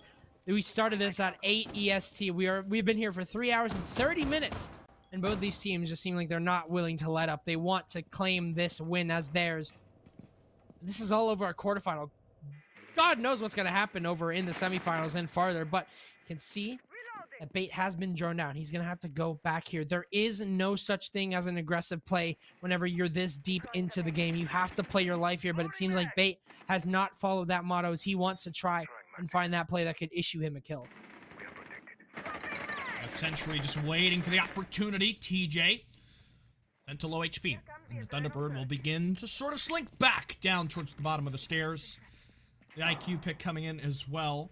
Last time there was an IQ brought, I think it was on Clubhouse, at least the last time I remember it, and the IQ got TK'd, like, barely 30 seconds into the action phase. So hopefully TJ can survive a little longer and not get blasted by his squad mates. Lurking in the basement, though. Sentry can be quite a threat. We've seen how much UCSB have loved trying to work this pressure, and Cherry's substitute is running in place. You've lost Sentry as well. If the castle were to go, this would be a 5-on-3 favor Santa Barbara. It's gonna be absolutely the worst time to lose your internet here. Cherries is running in place. But regardless here, UTD need to see what they can crawl back here, whether it be a 2 or a 1-man disadvantage. You can see the disconnect comes on out, and it is tragic. Now, UTD, what can they snake away at the moment? You can see that Santa Barbara's pressure has just been basically well placed around the entirety of this bomb site. You can see square controls in the hands here of your attacking. You've got Salmon lined up on the windows as well, with Tej dealing with the utility from underneath. The question is, what is it that UTD can do to hold this off? They've got C4s in the hands of Bait. But what is one C4 going to do you? That is the big question. UTD are looking for a kill or anything else that they could possibly find. Santa Barbara, all they need to do is sort of wait here in the secondary. TJ has crept below and might just walk up from gold. Bait still off site, and there's a crucial pick back to avenge the disconnection. Salmon gone. He has been such a crucial playmaker, too. And so the IQ begins to sneak her way up the stairs, and Joe the Human might not be expecting to suddenly see her. It won't matter. It's Jai who gets the shot. Kill shoots his teammate. And now down, sort of reverse karma in that situation. The bomb needing to be recovered. No C4, though, for the Pulse. Even if he were to have one, it's a safe plant for the Zofia. And so the Pulse will ascend the stairs. He's racing forward, but he's running out of time. Liana will act as a human drone. She's still DB. No, the Zofia was looking the wrong way, though, and things become very possible here for the Pulse. IQ waiting in Banana. Pulling out the cardiac sensor, it's not really going to reach that far, but the rotate is had by the Pulse. He's looking forward. He sees her. He has the down, despite the odds stacked so high against Dallas. It's Bait against them all. Well, Stakula, there's no other proper conclusion that we could ever have to this game but to go to a rehost and go to round number 15. We've been here, ladies and gentlemen, for a very long time, and it looks like we aren't going anywhere. We've got one more round, one more arena to gruel through, to go through. There's no other logical way to conclude this game. This is the only way to do it. I'm convinced.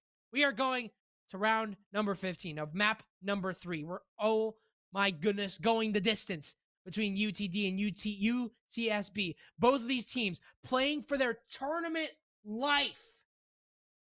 What can they do?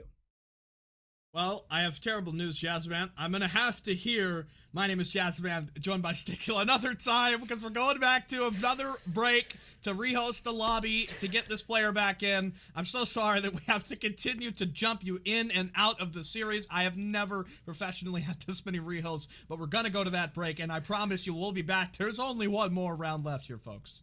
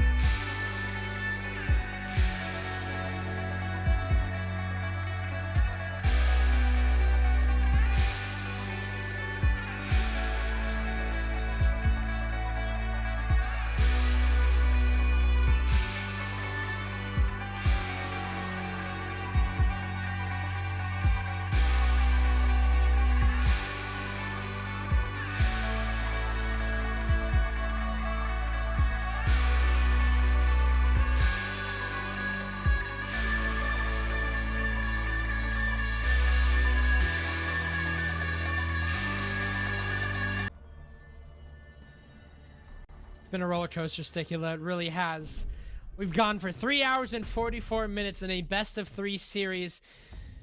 And for the final time, I'm Jazzman. This is Sticula. We've got round number 15. We've got ourselves an overtime. We're all the way here. We're making this one happen. I don't even know at this point. Like, what? It's like some kind of single shot pistol. You know, you gotta reload it every time you want to shoot another time. Like, I don't even know. Anyway, round 15, the final one, deciding which of these two teams has the capability to move on, despite UTD losing 4 in a row, despite having the opening death and a disconnection stacked on top of them. We still had Bait, the absolute Chad, come into that round and just clutch it up like he was some kind of superhero. And it's been Bait and it's been Sentry, who have been doing so much work, who have been doing a fantastic job, and are lifting UT Dallas higher and higher. And this is, again, not the match that qualifies you to the UCC. This is the match that qualifies you to the final qualifier game that you would have to play against CGC UIC, which is going to happen sometime later down the line this weekend. We also have more wildcard games still being played, including when tomorrow we have got Kent State, I believe it is, versus the Louisiana Lafayette program. So that'll be happening. We're going to have a lot of back-to-back days here for the UCC. Lots of exciting action to catch up on here, but we've got no more catching up to do. We've got a conclusion to draw to, as it's a 5 versus 5 moving in to our final round here. 7-7. You can see so far UTD going for an attack that is very reminiscent of what they've been doing for this upstairs hold. They've been guying Joe underneath and having him inside of Archives usually to try and claim this pressure not only inside of the janitor closet, which as you can see has been very effective, but also just to clear utility out of the walls. And you can see that's exactly what's going to come through here from the skeleton key. It's a slow and arduous process. Time is being burned, but it's been working out so far. Sentry from underneath. He's going to hammer away at the bomb chassis, and Keel's going to back off. He's going to sort through, however, and won't land. So far, UTD's pressure has been exponential, and they will get the wall open. A very, very crucial start. The pressure could be unsuccessful as well. You've got the Legion Salmon, who has been such a high-riding player, just trying to fight back on the CEO Desco, but he gets iced out by the substitute for another one. Such a valuable kill. We rehost, we get Cherries back in, and he's already proving his worth, proving the time spent. Sentry on the lurk below, possibly looking to hook up a grenade, and it'll travel. Hear the detonation in the distance, but no damage done marked to any of the players remaining. However, that will be pretty damaging here for this defense. Keel and Hanabi, a crucial gunfight being lost. 4 versus 2 now. What can Keel do as he's all alone? Sentry claims his frag. 3 versus 1. It's been a game of individual gun skill for both of these teams, from the side of the Dallas to the side of Santa Barbara. But what can Keel do as his final act of gun skill, as his final show, as his final display? What can he do? Can he pull off a miracle here to keep Santa Barbara's hopes after this long and grueling series in the game? What can Keel do is the question. With 14 seconds remaining, with options running low, with oxygen going down, it seems like Keel can do absolutely nothing, as UTD, at the end of the day, after a 3-hour, nearly 4-hour session of play, at the end of the day, it is UTD 8-7. They claim the series. And unfortunately, as Texas, Dallas move on, the University of California, Santa Barbara are eliminated, and so their run this academic year is over. And commiserations to them on the loss, but also congratulations to their 3 players who are graduating, who are moving on to the real life circuit, as we said earlier. And maybe they're going to have a future in Rainbow Six Siege that's not exclusively based in the college scene. Who knows about that? But wow, this match today, I think it was crazy that we went so long on map number 1. We finally got down. We got onto club after nearly 2 hours. It felt like it was such a dreadful distance that we went, and finally we got onto club. We got UTD, who were really excited to play on their map selection. They brought it back to get us to this decider and deliver us a fantastic overtime game. What else is there to say, Stick? What else is there to say? We've been through a lot. I think both of these players have also been through a lot. I think we are done here. A wild card match that was certainly wild to conclude our night. Thank you guys for joining us, of course. I mean, you guys have been an excellent audience. I love all of you. Thank you to both teams for participating. Thank you to Max, and thank you to Tango for being our behind-the-scenes persons, as well as Fallen Griffin. Thank you to yourself, Stickula, for being my co-caster. That's it for us for tonight, though. We'll see you tomorrow for some more Unified Collegiate Championship wildcard games. Until then, good night.